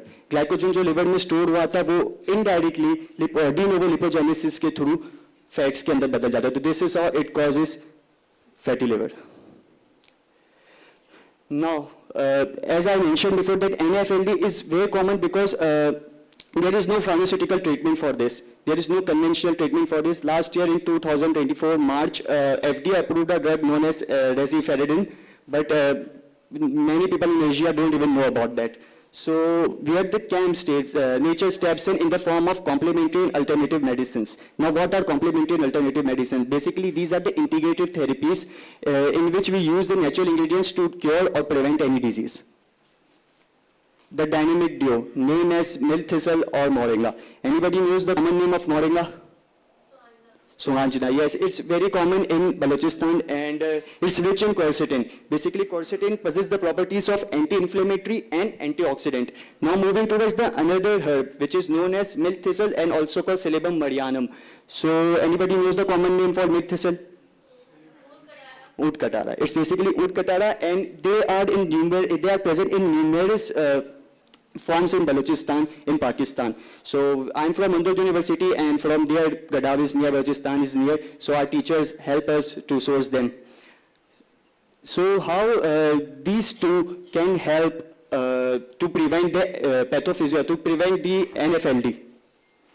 Firstly, we develop a nutraceutical known as LIFSCICON. Now what LIFSCICON is? LIFSCICON basically is the combination of moringa and 𝗜𝗏𝗁𝗏, and we extract quercetin and silymarin from moringa, from 𝗜𝗏𝗁𝗏, from general extraction methods and isolation methods, and we make this, develop this product. Now these are some properties of quercetin and silymarin. We can see these properties will align with the previous disease causing of the pathophysiology I mentioned before. So let's come back to the quercetin. What's quercetin do? Quercetin basically suppresses the key transcription factor that also demolish the production of cytokine. No cytokine production, no inflammatory inflammation, and it also reduces the lipogenesis, whereas it also enhances the mitochondrial function. I have already mentioned the NFLD will be caused by the mitochondrial dysfunction. So the property of the quercetin, that's to enhance the mitochondrial function, is just a working antagonist and to help to prevent us from NFLD. And the antifibrotic effect, fibrosis, I already mentioned that scarring in NASH, non-alcoholic steatohepatitis. You have 2 minutes left. Okay. Silymarin hepatoprotective properties, antioxidant defined, causing same as membrane stabilization to increase the permeability of the cell membrane of the mitochondria and to the regeneration of the protein in liver. So the main problem of the natural ingredients is the absorption and the bioavailability. So we use the natural methods like using the tamarind to reduce phytic acid for the moringa, and we interact the oils rich in phosphatidylcholine with silymarin to enhance its bioavailability and absorption. It's a scientific backing. You can see the graph. It reduces liver enzyme, reduce fat accumulation, and increase fibrosis if a patient is taking silymarin. Silymarin is 𝗜𝗏𝘁𝗲𝗿 𝗬𝗏𝗏𝗏. Now, why it is mattered? Why leaf green is mattered? Basically, leaf green is a product which is natural and safe, non-invasive, means it doesn't include any kind of penetration, and it's preventive. Green is the new liver gold. So the conclusion of my presentation is basically to educate your people, to educate your friends and families. क्योंकि weight loss supplements हर जगह सब use कर रहे हैं, लेकिन इसकी knowledge किसी को नहीं है.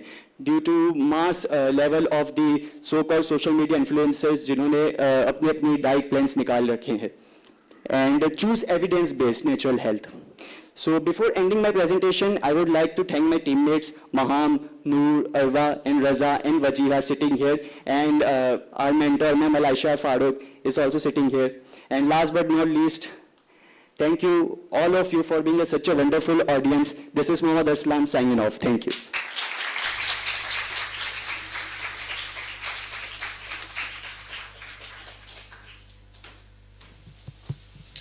So now we'll invite Ms. 𝗟𝗏𝗪𝗏 Khan from Hamdard University.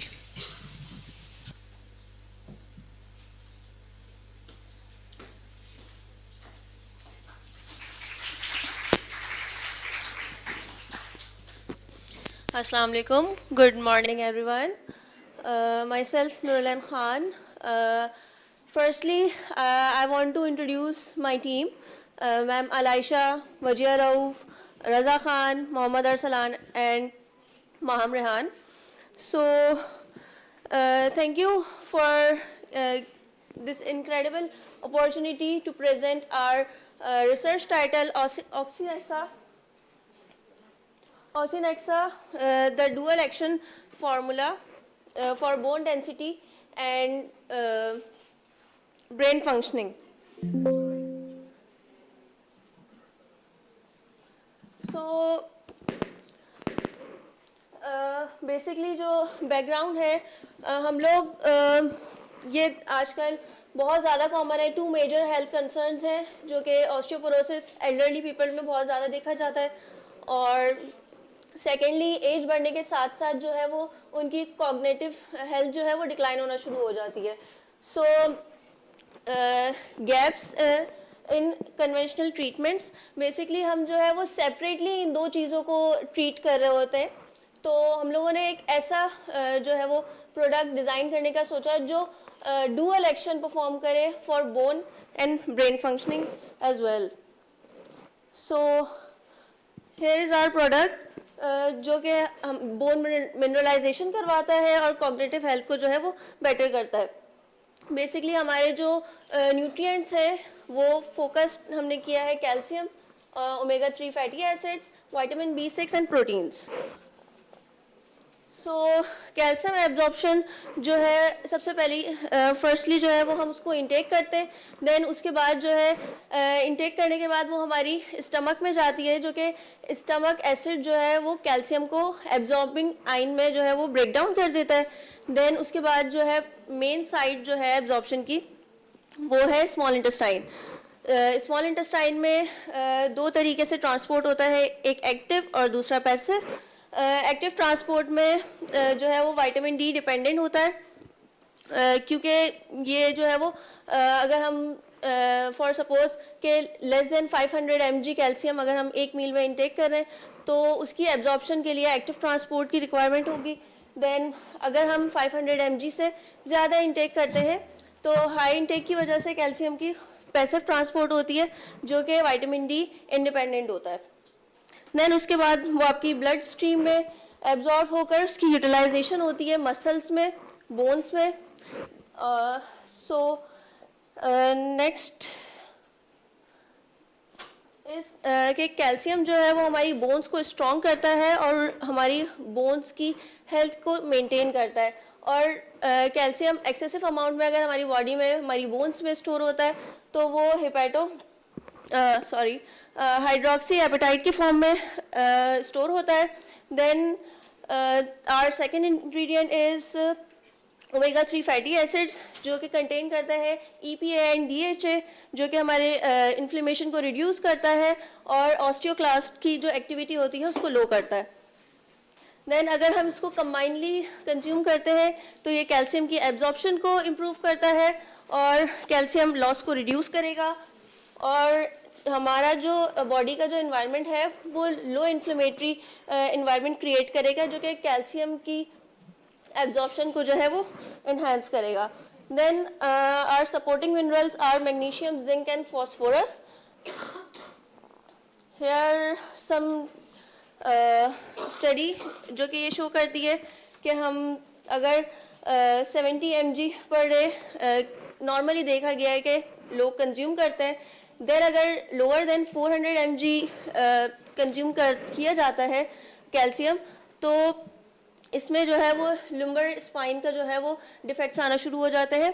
Then negatively अगर इफेक्ट देखा जाए तो इससे जो है हमारी बोन स्ट्रेंथ रिड्यूस होती है और अगर यही चीज़ हम लो कैल्शियम को इंटेक करेंगे कंटिन्यूसली तो ये हमारी स्ट्रक्चरल बोन्स जो होती हैं उनको वीक कर देता है। Then moving towards omega 3 fatty acids जो कि ब्रेन फंक्शनिंग के लिए है। ओमेगा 3 फैटी एसिड्स जो है वो स्टेबलाइज करते हैं न्यूरल मेम्ब्रेन्स को, प्रोड्यूस करते हैं एंटी इन्फ्लेमेटरी मॉलिक्यूल्स जो कि हमारे ब्रेन को प्रोटेक्ट करती हैं और सपोर्ट करता है साइनेप्टिक इंटीग्रिटी को जो कि हमारे न्यूरोट्रांसमीटर रिलीज़ करने में हेल्प करती हैं।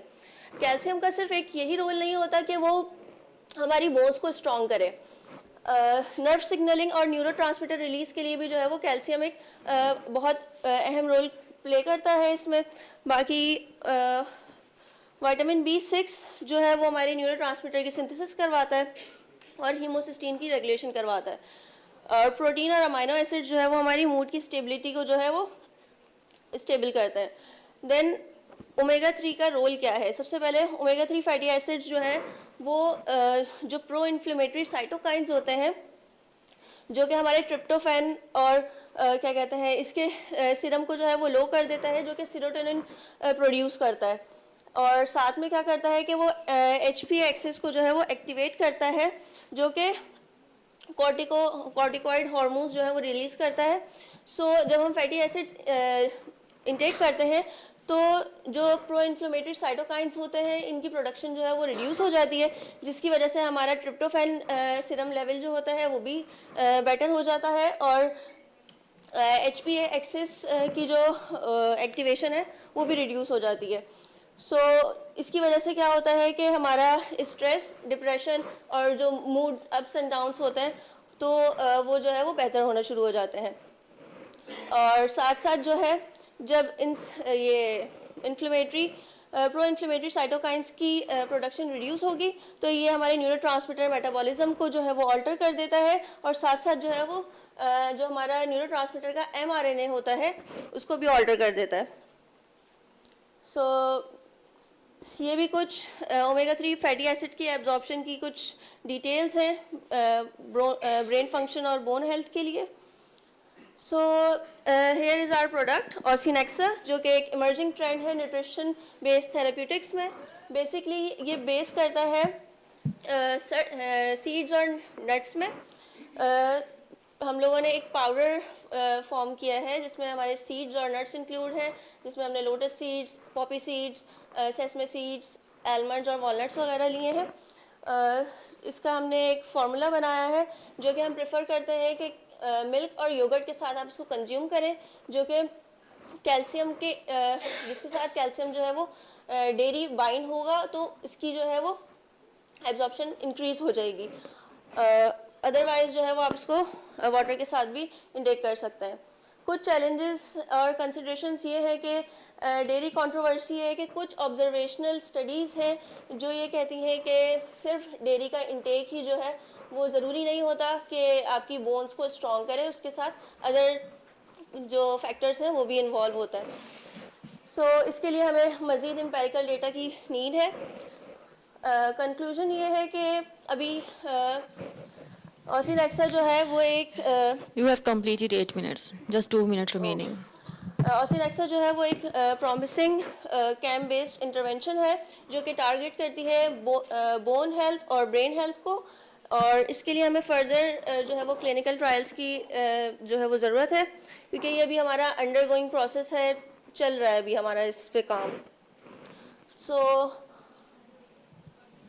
या देन हमें कुछ क्लिनिकल टेस्टिंग की रिक्वायरमेंट है जिसमें हम ऑस्टियो और कॉग्निटिव पेशेंट्स की जो है वो ट्रायल ले सके, और कुछ चीज़ें ऐसी हैं जो हमने मज़ीद रिसर्च करनी है इस हवाले से कि हम इसको प्लांट बेस्ड प्रोडक्ट्स को एक्सप्लोर करके कुछ लैक्टोज फ्री प्रोडक्ट भी बनाएं ताकि जो है वो लैक्टोज इंटॉलरेंस के पेशेंट्स जो है वो भी जो है वो कैल्शियम की डेफिशिएंसी से सफ़र ना करें। So thank you so much, this is from my side, thank you so much. Thank you very much. So I invite Ms. Mehreen from Dow University of Health Sciences, and those who have already delivered their presentation, please stay here because at the end of the session we are going to have a question and answer session, right?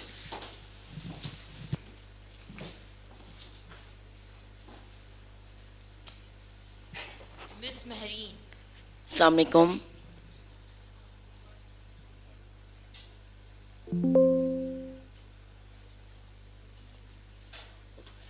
Assalamu alaikum and a very good morning to all of you. I would like to present my topic, which is related to nutrition, and my topic is the nutrition literacy of working mothers and relationship to child's diet quality.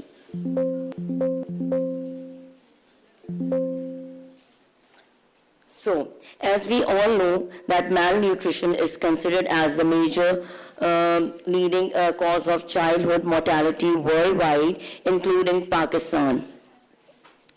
Then nutrition literacy is considered as an important part of overall health literacy. And when we talk about the health literacy, by the health literacy we mean how we use and obtain and apply the correct information. The triple burden of malnutrition, which includes undernutrition, overnutrition, and micronutrient deficiency, is becoming increasingly in low middle income countries and especially in Pakistan.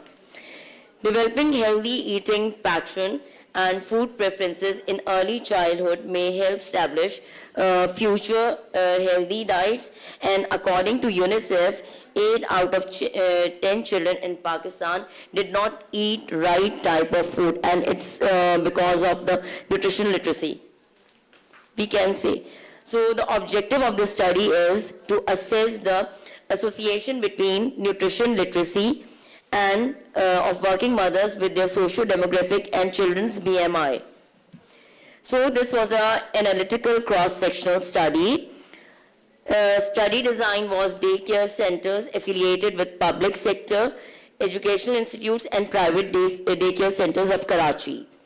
Sample size was calculated using past version. Study duration was July 2023 till December 2023. Non-probability convenience sampling technique was employed.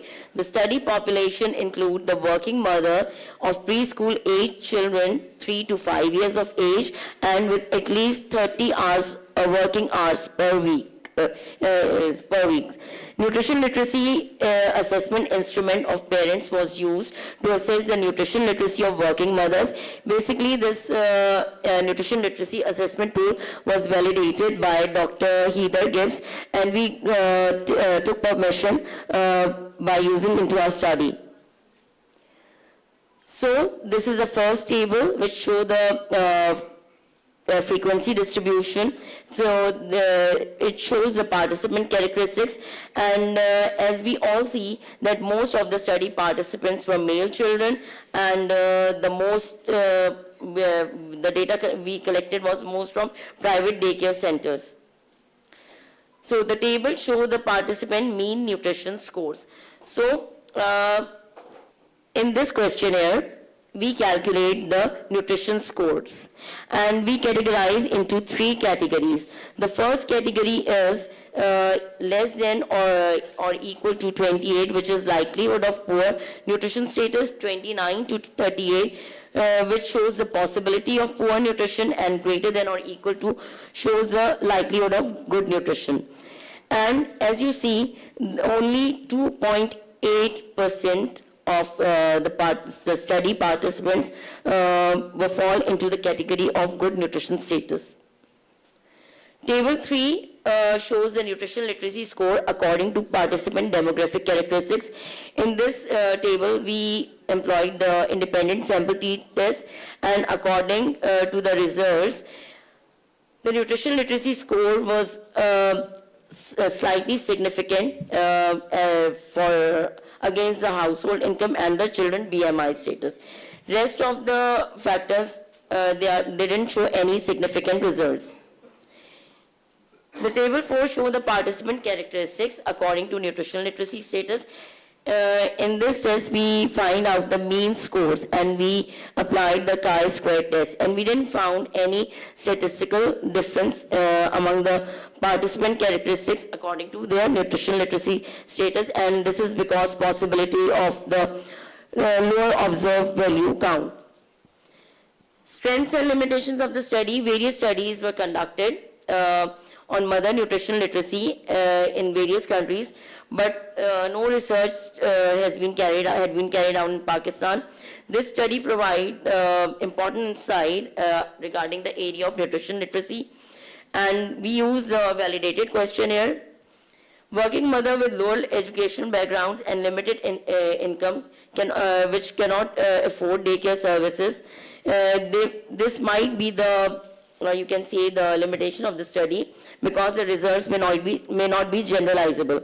Family members or caregivers may be involved in selecting and preparing food in our household, so evaluating only the mother nutrition literacy may not be sufficient to establish the causal relationship between the child's BMI.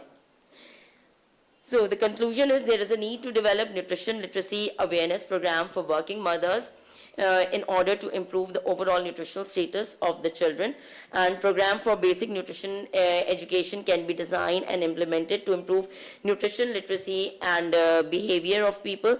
This study can help public health nutritionists to develop culturally specific and cost-effective nutrition intervention for working mothers in Pakistan.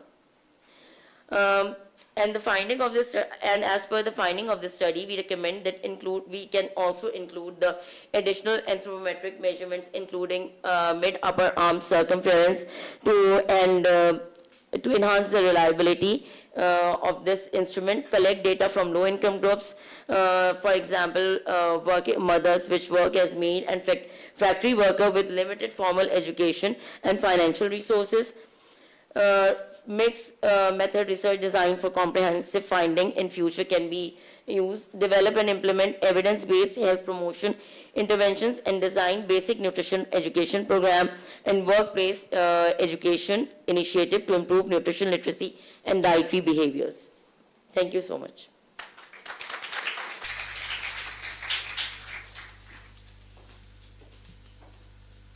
Thank you very much. Now, Ms. Sukaina Shabir from Dow University.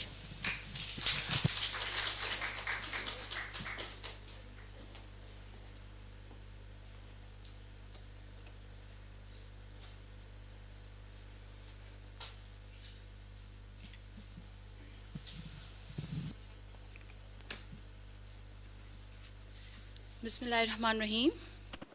Am I audible? Good afternoon to everyone, and thank you so much, SZABIST, to provide me the platform to share my research. The topic of this research is association between irregular eating patterns and irritable bowel syndrome in adulthood. That is the IBS, which is very common. This is a case control study.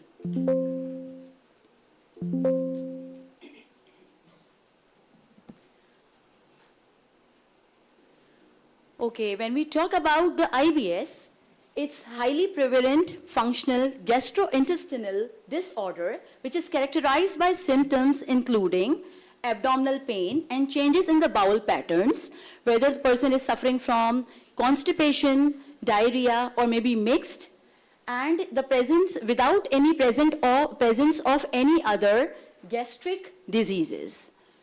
So it is usually and often seen that it has been linked with different dietary factors as well as different lifestyle factors. A study which was conducted in Pakistan in 2021 stated that here in our general population in adults, almost 33% of the people are suffering from IBS, and amongst those 33%, the percentage of the females was more as compared to the males. Then there was a study which was conducted in China, which revealed that around, like in China, when the study was done on the eating patterns and IBS, the positive relationship was seen.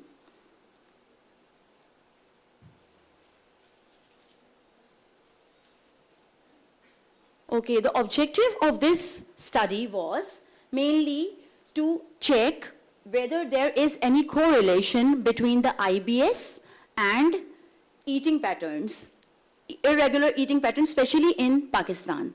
This was the pioneering study because there was no other study which was specially done on the eating patterns and in which the things were evident. And the hypothesis of this study was that IBS is directly linked with the irregular eating patterns. What were the eating patterns which were basically studied? There were different patterns which were studied, which we will be looking at. And in the eating patterns, we were looking at the restrained eating, emotional eating, like these patterns were studied. Okay, it was a case control study which was conducted among the patients of NILGID, that is National Institute of Liver and Gastrointestinal Diseases. This is at Dow University of Health Sciences, OJA. And those people who were coming to the OPD, the study was done on those people. Okay, the study population were, as I just discussed, the people who were coming to the OPD, and the inclusion criteria for the cases and the inclusion criteria for the controls was that the cases which were selected were actually the individuals who were the residents of Karachi and who visited NILGID, and those cases were confirmed by the Rome 4 criteria. This is the criteria which can confirm the cases of IBS.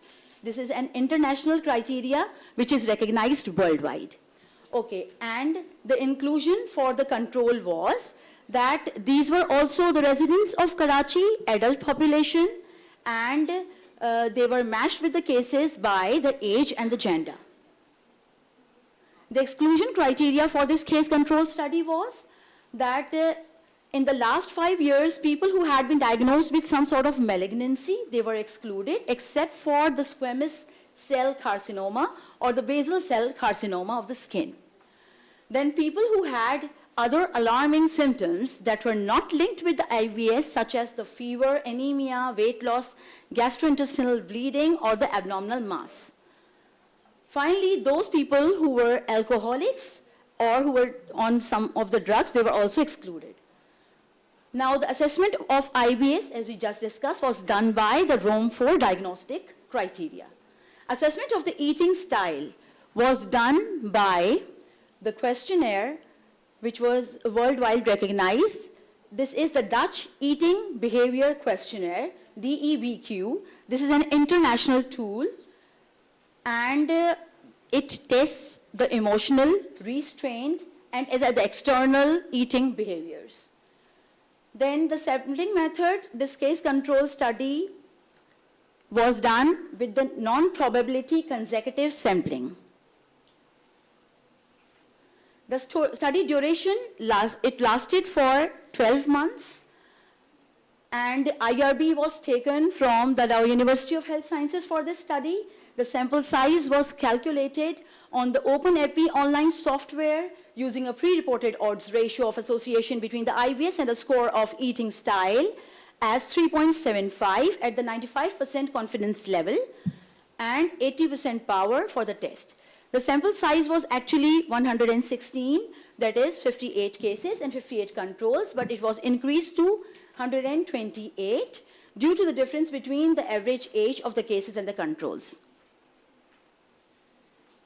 Data analysis was done on SPSS 26, Persian, and different tertiles. The data was divided into different tertiles, 3 tertiles, and to examine the effect of different eating styles on the participants' characteristics, the total score of the eating styles were divided into 3. The first tertile was less than 49, and the third one was more than 64. And in between 49 and 64 was the second tertile. One-way ANOVA for the continuous variable was done, and chi-square Fisher-Exact test for the categorical variables was performed. A value of 0.05 was considered for statistical significance. Now we are going to discuss the results briefly. The first table was the participants' characteristics according to the case control. Here, if we see the cases and the controls, there were more females in the cases as compared to the controls.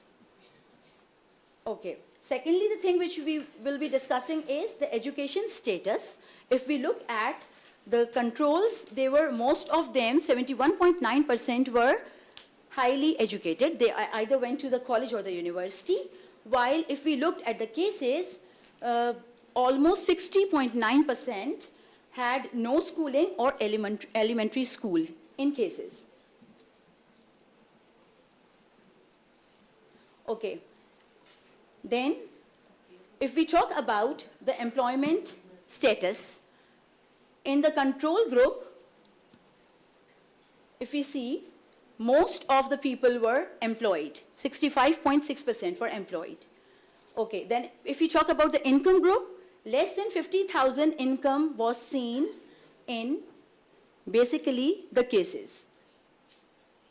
If you look at the cases, their income level was less as compared to the controls.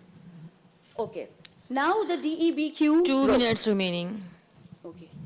Now the DEBQ group, the tertiles were less than 49. Now those who came in tertile 1, they were basically more, if you look at the cases and the controls, more cases were seen in tertile 3. It means that they were having the irregular dietary patterns more as compared to the cases, as compared to, the controls. If we look here, tertile 3 we have got almost 36% of the people who are lying in tertile 3.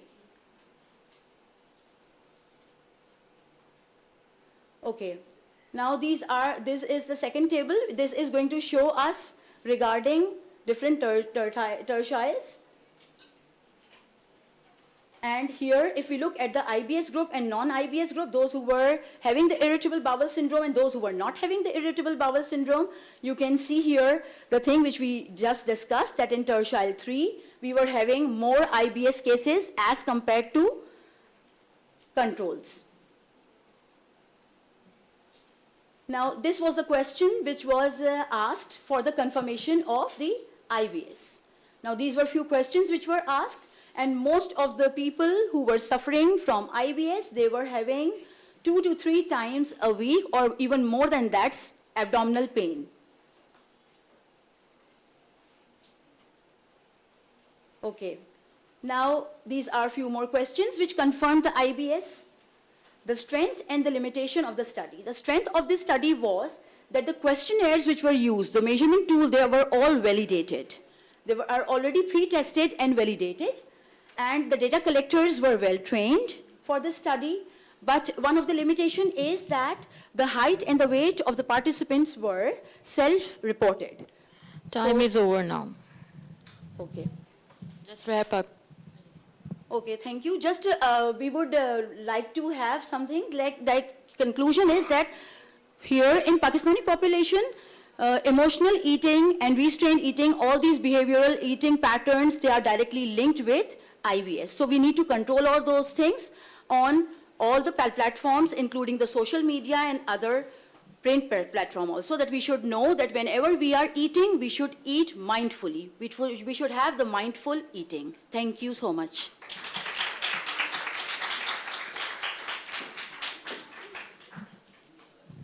Thank you. Now we invite Dr. 𝗜𝗏𝗍𝗍𝗍𝗍 from University of Karachi.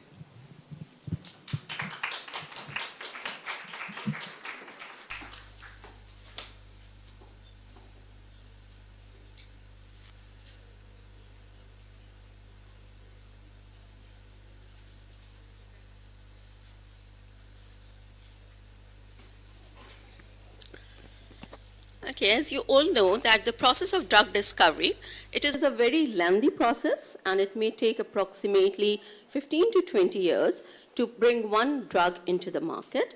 Along with that, it is also a very costly process and it may take approximately $50 to $60 billion in the whole process. So nowadays, with the advancement in the computational facilities, we can use the computational tools that will help us to reduce the cost and the time of this process. So hello, I am Dr. 𝗜𝗏𝗍𝗍𝗍𝗍 from Karachi University, and today I'll be explaining one of my projects where we have applied the computational tools and use the structure-based virtual screening method to identify the inhibitors for one of the protein, that is dihydrofolate reductase, that is involved in the typhoid fever.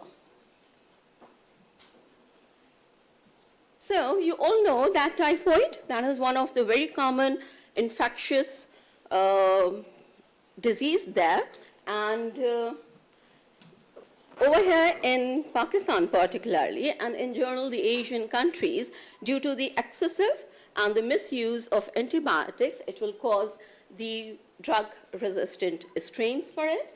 And it brings the challenges for us to do the treatment for this drug-resistant typhoid there. And so as in general, that it brings up as a public health crisis for us and for the treatment of this drug resistance. So we need to have few new medicines to treat this drug-resistant typhoid there. And the first step to treat and to find the new drugs is to identify the target. And over here, we have targeted the enzyme dihydrofolate reductase. It is one of the enzymes that is involved in the cell growth and DNA replication.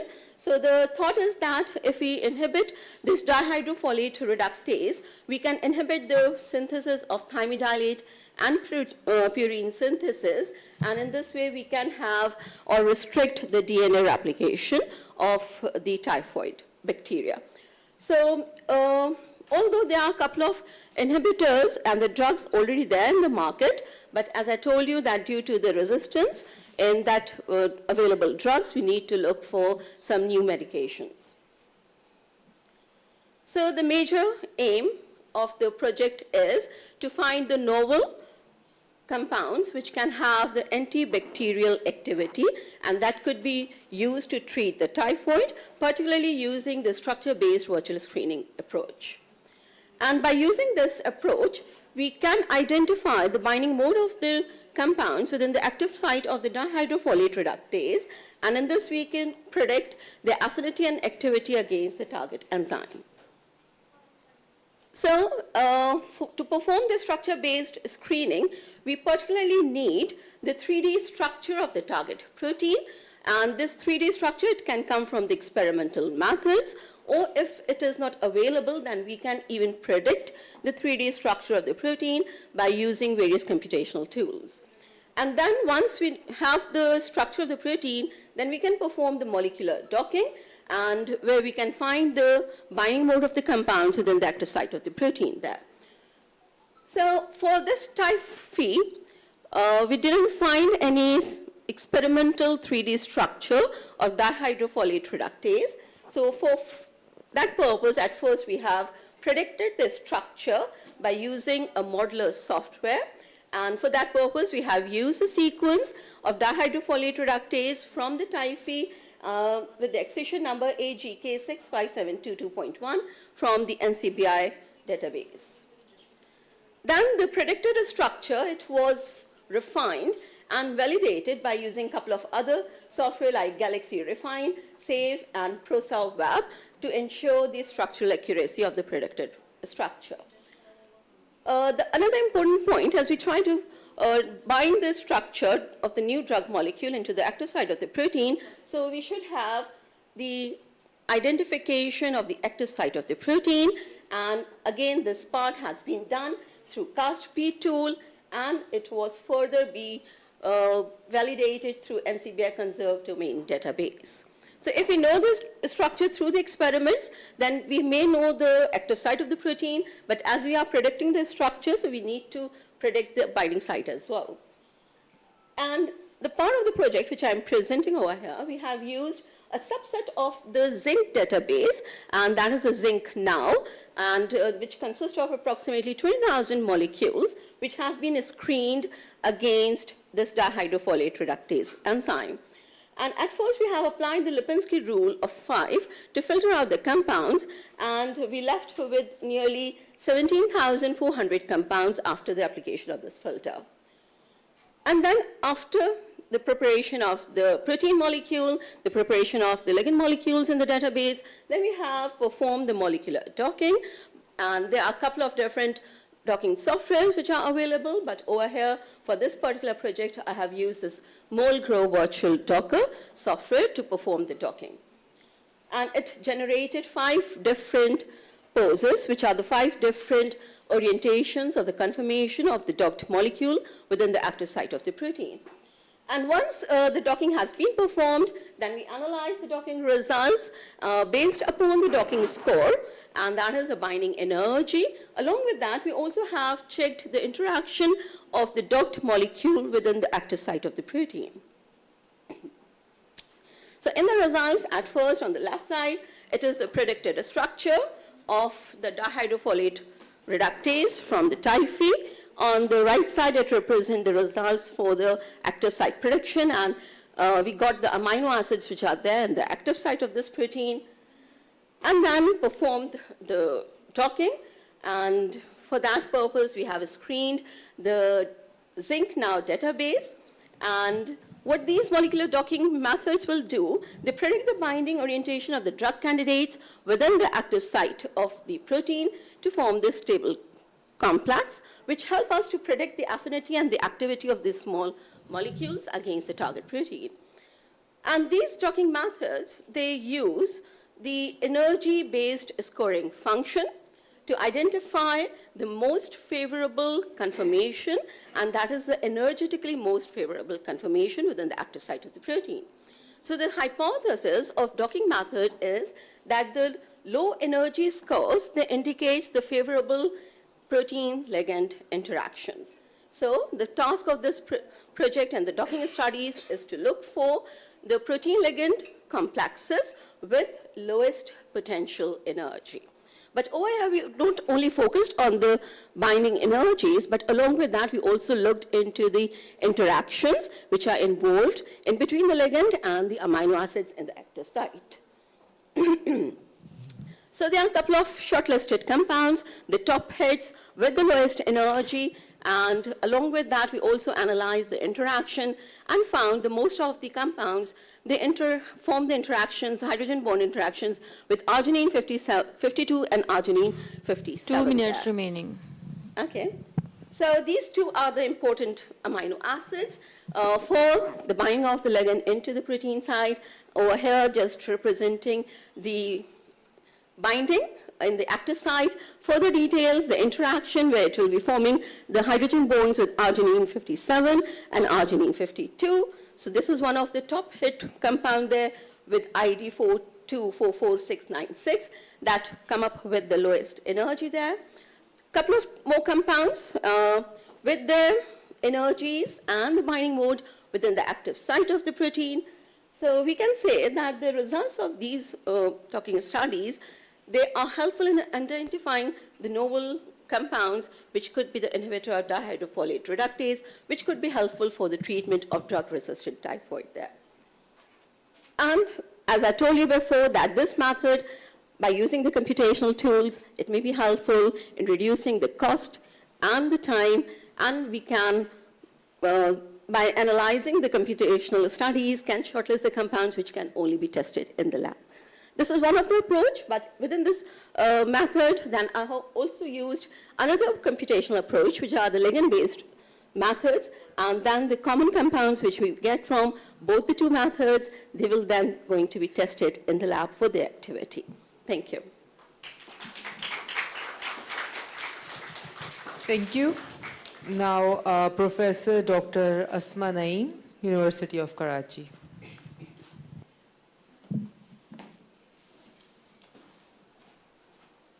Assalamualaikum. I'm grateful for the SZABIST University for providing me the opportunity to present my research work here.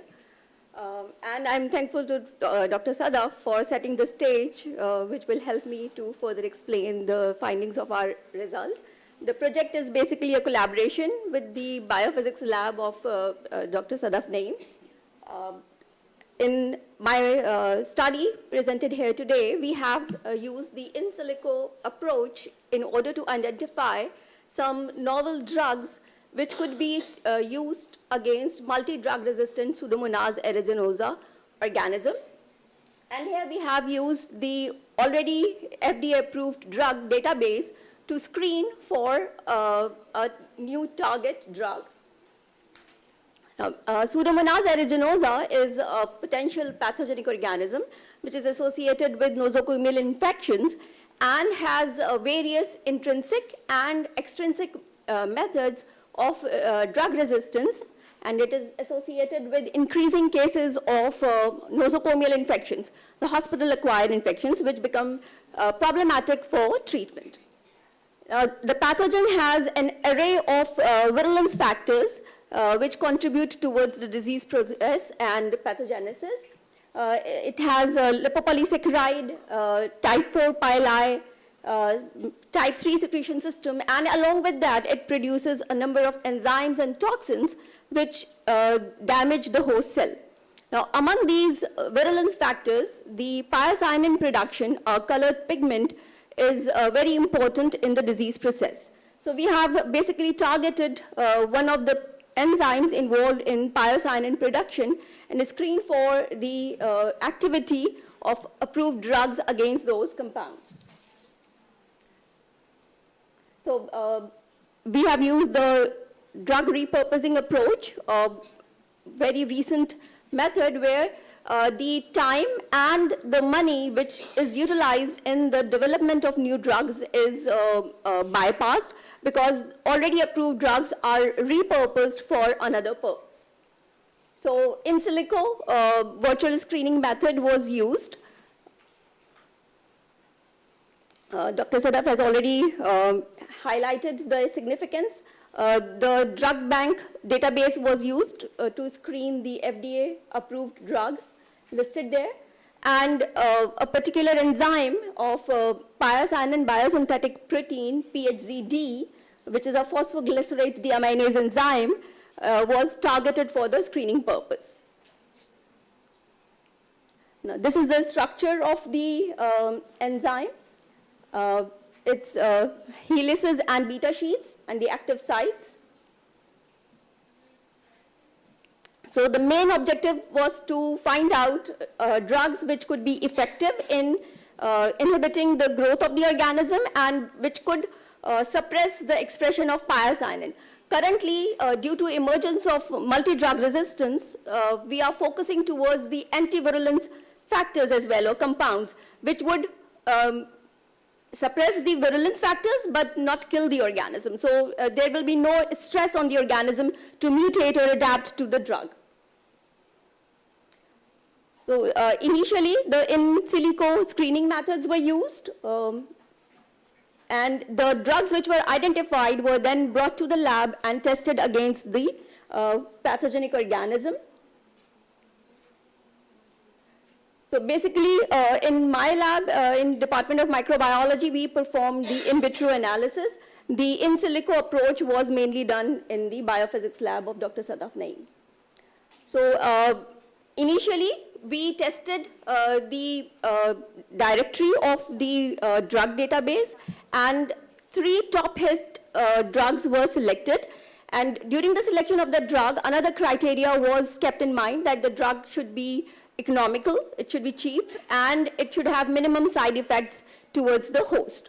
So that led to the identification of 3 different drugs, and their activity on the pyocyanin production was evaluated with the help of chloroform extraction method.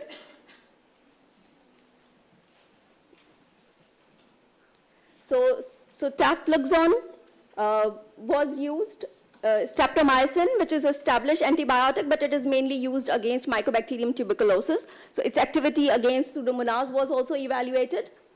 And atazanavir, which is an antiviral drug mainly used against HIV treatment, was screened through the in silico screening approach. Now, we isolated clinical strains from hospitals of Pseudomonas aeruginosa, and we determined the antimicrobial susceptibility. We particularly used the strains which were showing multi-drug resistance. And antibacterial activity of the selected 3 drugs were tested against these strains. The activities, the results, they showed that streptomycin was the most effective. It showed activity against 17 of the 20 isolates which were tested. The next was tafloxone, which showed activity against 14 isolates, and the atazanavir was third in respect to its activity towards the organisms. Now, as a control, E. coli was also tested. These are some pictures from the zones of inhibition against the organisms. Now, after screening the organisms for the activity, they were further evaluated for the minimal inhibitory concentration and the minimal bactericidal concentrations, so that we have an idea about the concentration of the compound which is required to inhibit the growth. So the MIC and MBC values were determined. 1 microgram per ml of streptomycin and 3.5 microgram per ml of sotagliflozin and atazanavir were effective against the organisms.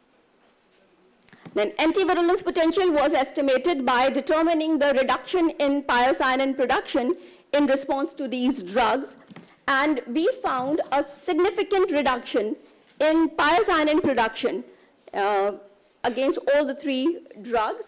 More than 80–90% reduction in pyocyanin production was observed. So the conclusion from our study is that we can effectively use the in silico modeling approaches in order to filter out drugs which could be effective against virulence markers and multi-drug resistant organisms, in order to speed up the process of identifying new drugs for the treatment. Now, these are just the preliminary results of in vitro study. The next step is to conduct in vivo studies and to see the effectiveness of these drugs when given orally or IV to the patients, to see how effective they are in controlling the infections. So the specific binding sites were identified where the drugs were interacting with the enzyme.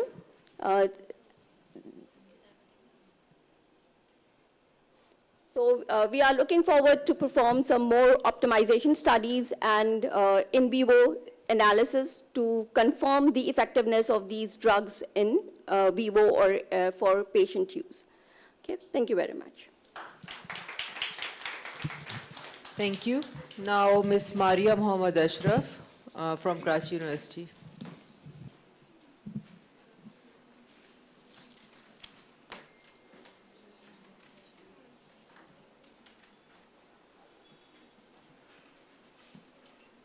Assalamu alaikum. I am Maria Ashraf, PhD student from Department of Microbiology, University of Karachi. Today I am presenting my research entitled as Optimization of Lipase Production from an Endophytic Bacterial Strain Isolated from a Helophyte, using 𝗜liche fistula seeds as well as 𝗟𝗏𝗳𝗲𝗏𝗏 stem.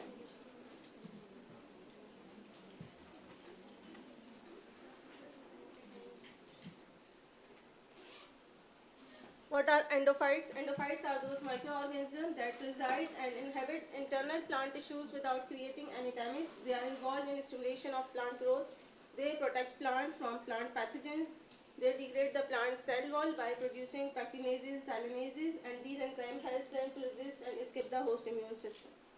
The endophytic bacterial strain that was used in this study was the Bacillus species. Lipases are the enzymes that act on long-chain triglycerides and convert them into fatty acids and glycerol by hydrolyzing the carboxylic ester bond. They do not require cofactor.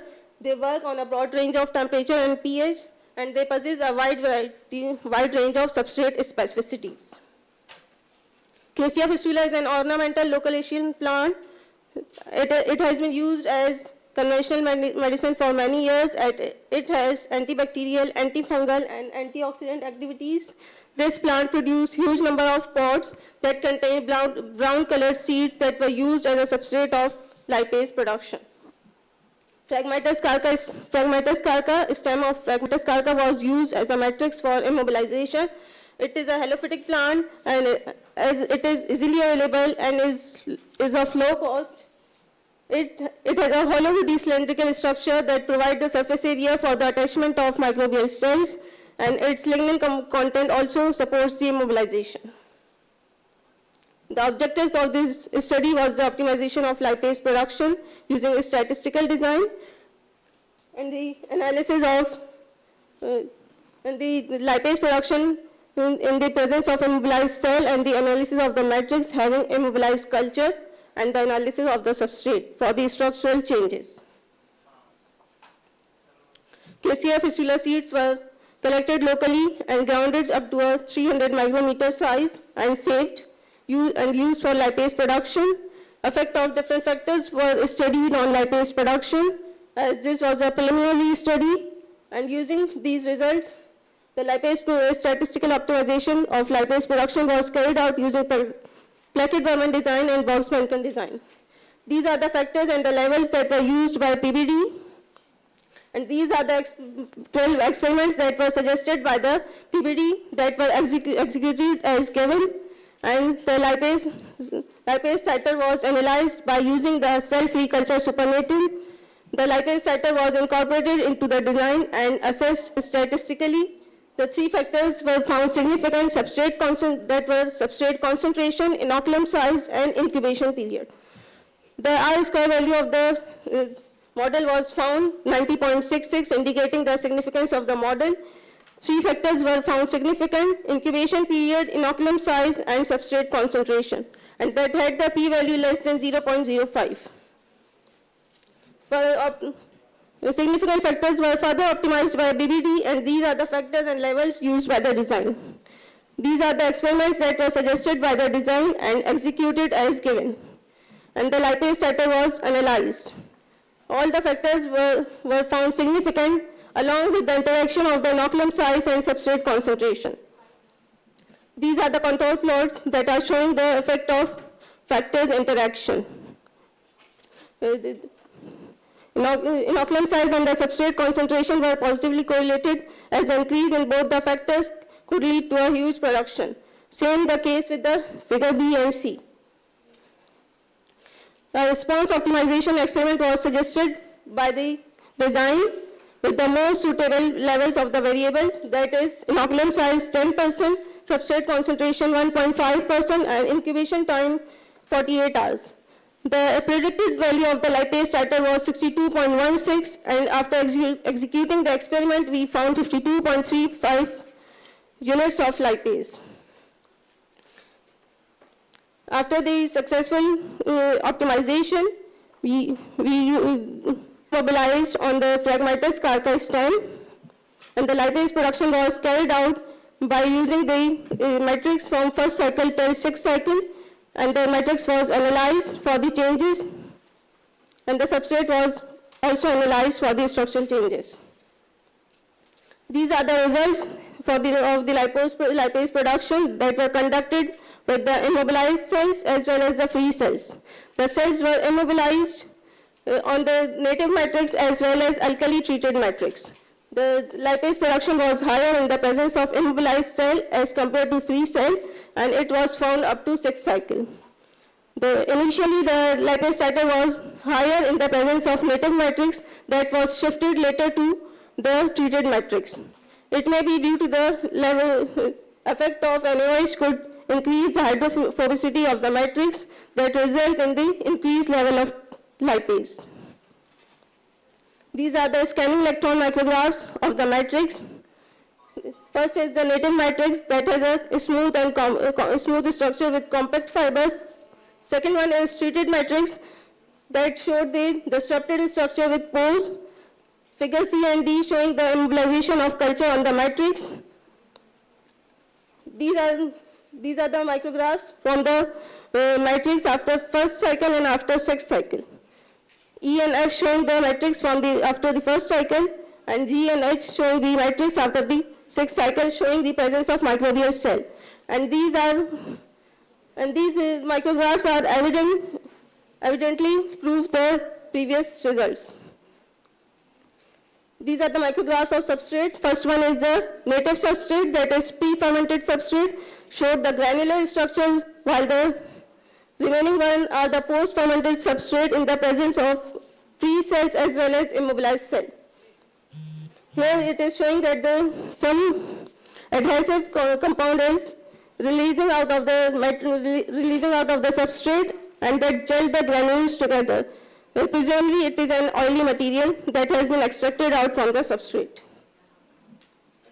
These are the FTIR spectra of pre-fermented and post-fermented CF seeds.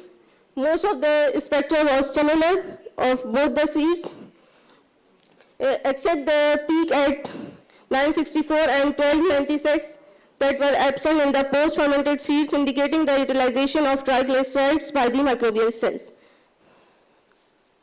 Conclusion, here it is concluded that the lipase production at ambient temperature and at neutral pH is an important aspect for commercial use. For use of natural substrates limits the cost for bulk production of enzyme. Statistical optimization was found an effective strategy. Immobilization is an economical and time-conserving strategy for continuous batch fermentation. Future prospects characterization of lipase can be carried out. The post-fermentation medium or hydrolysate can be used for the valuable products. Different application of lipase can be carried out, like transesterification of lipids. 𝗜liche fistula seeds can be used for the formation of valuable products, and it can be used for oil extraction as well. Thank you. It has been published in the journal Biofuel, Bioproducts and Biorefining. Thank you. Thank you very much. Now we are open for questions. Any questions, if anyone can ask us, please. For Maria? Okay. Ms. Maria, there's a question for you. नहीं ma'am, ma'am Sadaf के लिए. Okay, Ms. Maria, can you just have a seat? Assalamu alaikum, ma'am. Ma'am, my question is to you that you chose dihydrofolate reductase. In DNA replication cycle, there are also equally important enzymes in that pathway. So why did you specifically target that enzyme?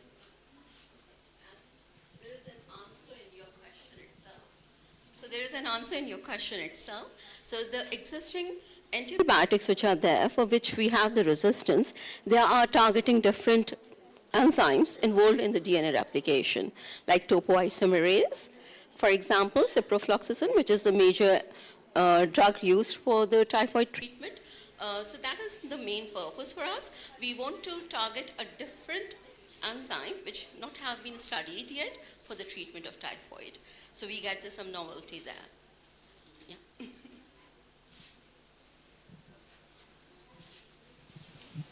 Any other question? Ma'am, I have another question for Dr. 𝗟𝗏𝗻𝗲𝗃. Ma'am, you mentioned that in inclusion criteria, you did not exclude patients who were having squamous carcinoma. So what was the reason behind that proposition?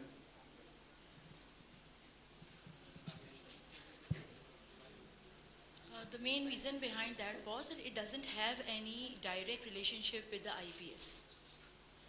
As compared to the other carcinomas, they might be interrelated directly or indirectly with the IBS, but this one is not directly or indirectly related. This is the reason. I have a question. Can I ask? Yeah, please, sure. Okay.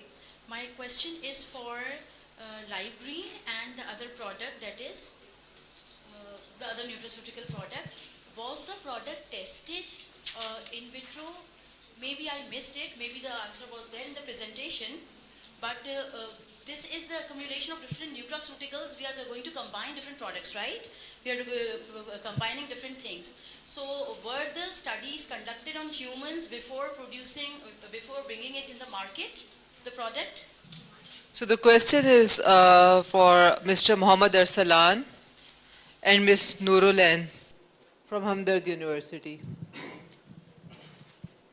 The question is on the LiveGreen.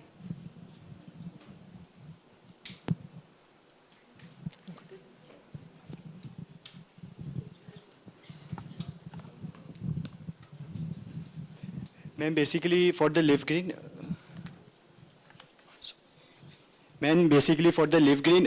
we have animal feed testing, but not in human trials. It's currently ongoing process. It's not commercialized yet. It's just a prototype here, with the normal idea that combining moringa with milk thistle. It's not commercialized yet. Yes, it's in process in DREP, and it soon will be approved, and then we will commercialize it. Okay. And Nurul Khan has left the podium. Okay, so before commercialization, you are planning to have different studies on humans also, Yes, right? Yes. So if this product, is this internationally anywhere else in any other brand, the same formulation? No, ma'am. It's not anywhere else, but it was a patient where we were treating him with this formulation, and the doctors target him as a lifespan of 6 months. A patient was diagnosed with liver cirrhosis, but when we provide him this treatment, the lifespan increased towards 3 years. But maybe there are a few other factors also, so you need to test on a big cohort. So that leads to my question. Did you do any clinical trial for it? Ma'am, only animal feeding. Only animal. Clinical trials are in process, and SGS, we are targeting SGS for this. It's just an idea. I'm not here to market my product. It was just an idea, and my formulation, it was based on my formulation idea. And the test are present, the references are already there and published in article. Have you published your article? Not published, Okay. It's on process. Everything is in process, but the idea is, the main objective was to explain the idea. Because there are many studies that have been explained before the properties of quercetin and silicon. Okay. All right. So any other question?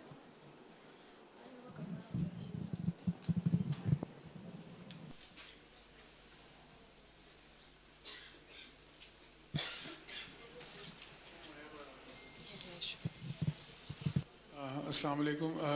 My question is to Dr. Asma. Ma'am Asma.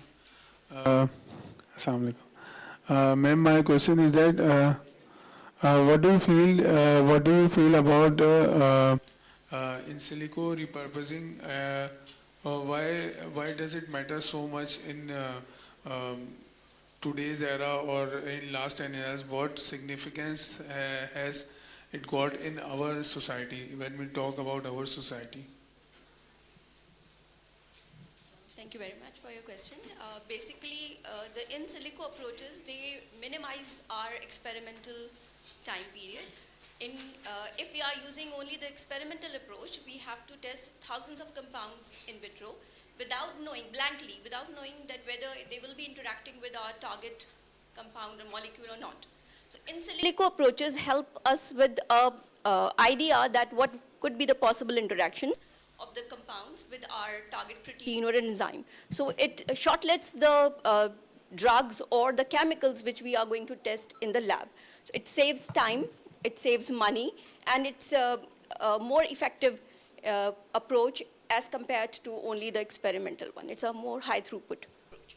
So now we have the modern softwares, AI softwares, which help us to analyze the compounds, their structures.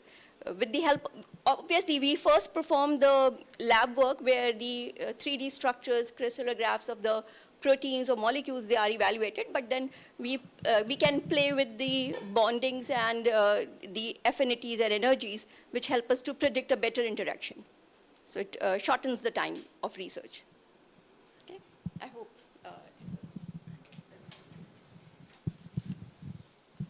Any other questions?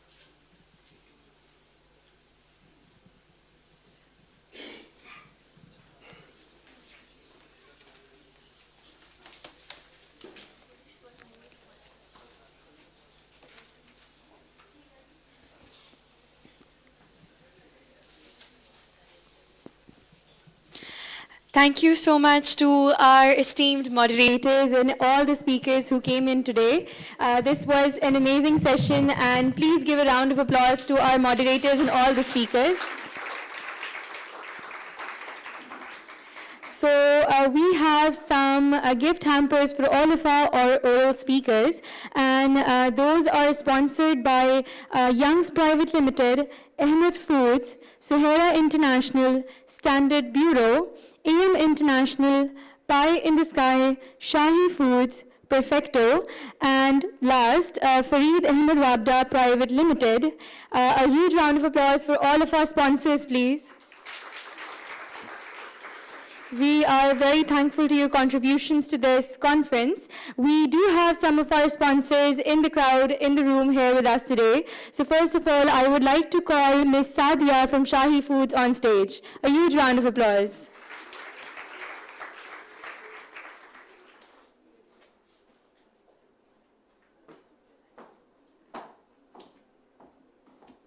Assalamu alaikum everyone. This is Sadia, and today I'm representing Shahi Foods. So basically, I'm a graduate of food sciences, but in third year, I realized that I am not supposed to go into the production or the quality side. And then I pursued my career in human resources. So currently, and for the last 1 year and 6 months, I had been serving as an HR executive in Shahi Foods. Though I had been in HR, but I had tried my level best to make sure to do something to make this field bloom, the field of food sciences and technology. और आज जब मैं यहाँ आई हूँ तो मुझे बहुत खुशी हुई ये देखकर कि हम जो स्टडी कर रहे हैं वो सिर्फ बुक्स तक या रिसर्च तक लिमिटेड नहीं है, उससे प्रोडक्ट्स भी बन रहे हैं. स्टूडेंट्स इतना ज़्यादा अपने अंदर एक सेंस रखते हैं और स्टूडेंट्स उसको इम्प्लीमेंट करके प्रोडक्ट्स बना रहे हैं rather than just being limited to the fact कि उनको एक डिग्री कंप्लीट करनी है और डिग्री कंप्लीट करके they are done and dusted. So I am so impressed with all the research I have seen and the product, especially the product that I have seen from the Hamdard University, and it was so good that I have come to this conclusion that now this is the time that our students are taking step forward and that they are making sure that they have to do something. And trust me, although this is not a field के जिसमें कोई IT involved है या इसमें कोई AI involved है, though it's a sciences field, it's a simple field, yet students are doing a lot. This impressed me so much, and being in HR, I have been making sure to take such initiatives from the end of Shahi that is valuable for the students.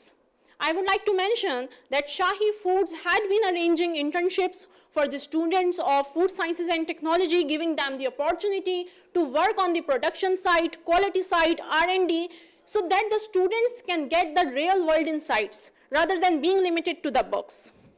On the other hand, the HR department has also taken an initiative of arranging insightful sessions where the students come to us and they discuss their problems that they are facing in like their studies, that what is this thing and what are the trends going in the industrial level. So it is us who are sitting in Shahi Foods who are making sure this is how we are benefiting them. It's not only about that Shahi is producing the products, Shahi is making the snacks. No, we have taken an innovation, and that now we are also on these initiatives that we are helping the students. So thank you so much everyone for having Shahi today. Thank you again.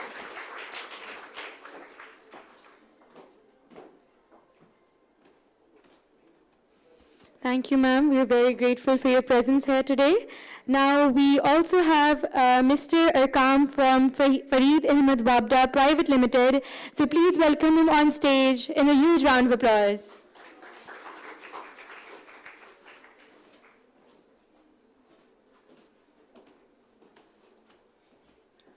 Assalamu alaikum. Myself, Mohammad Arqam.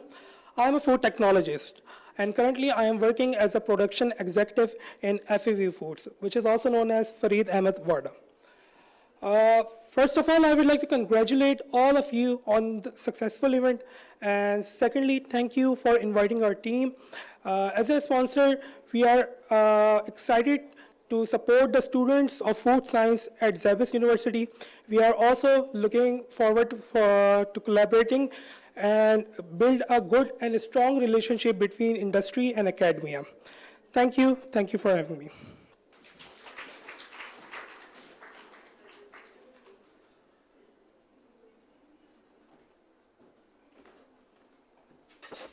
Thank you, sir. May I also please have Mr. 𝗟𝗏𝗬𝗓𝗏 from Young's Private Limited on stage in a huge round of applause.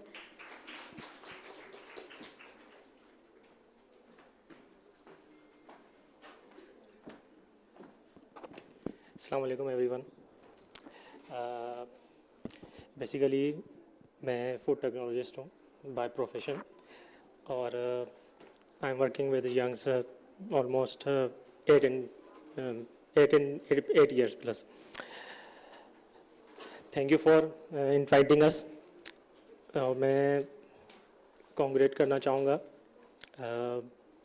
हमारी इस SZABIST को कि food science and technology, पहले जो अगर मैं बात करूं कि हमारे ज़माने में 2000 ऑलमोस्ट 17-18 में तो इतना स्कोप नहीं था, इतनी यूनिवर्सिटीज़ में शॉर्टेज थी हमारे फूड टेक्नोलॉजिस्ट की। तो अच्छा इनिशिएट था जो सब ने तकरीबन ऑलमोस्ट जितनी भी प्राइवेट इंडस्ट्रीज़ हैं या जितनी भी प्राइवेट हमारी यूनिवर्सिटीज़ हैं उन्होंने अच्छा इनिशिएट किया है कि फूड साइंस एंड टेक्नोलॉजी का डिपार्टमेंट्स को इन्हेंस करने में और अच्छे और क्या कहेंगे एक बेहतरीन स्टूडेंट क्रिएट कर रहे हैं यहाँ पर। और तो मैं थैंक यू कहूँगा कि आपने हमें इनवाइट किया, और होप फॉर द बेस्ट कि आप जो नया बैच आएगा ये सक्सेसफुल भी रहेगा और इंशाल्लाह ये इंडस्ट्री की रिक्वायरमेंट्स को फुलफिल करेगा। Thank you so much.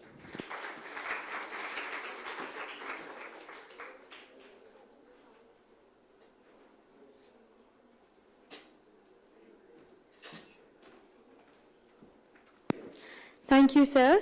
Now we are going to proceed with the award ceremony for all of our oral speakers. So I would like to call on stage Dr. Kashif Ali, Dr. Hamad Kiani, Dr. Sara Mudassir, and Dr. Amrina Khatun on stage to commence the award ceremony.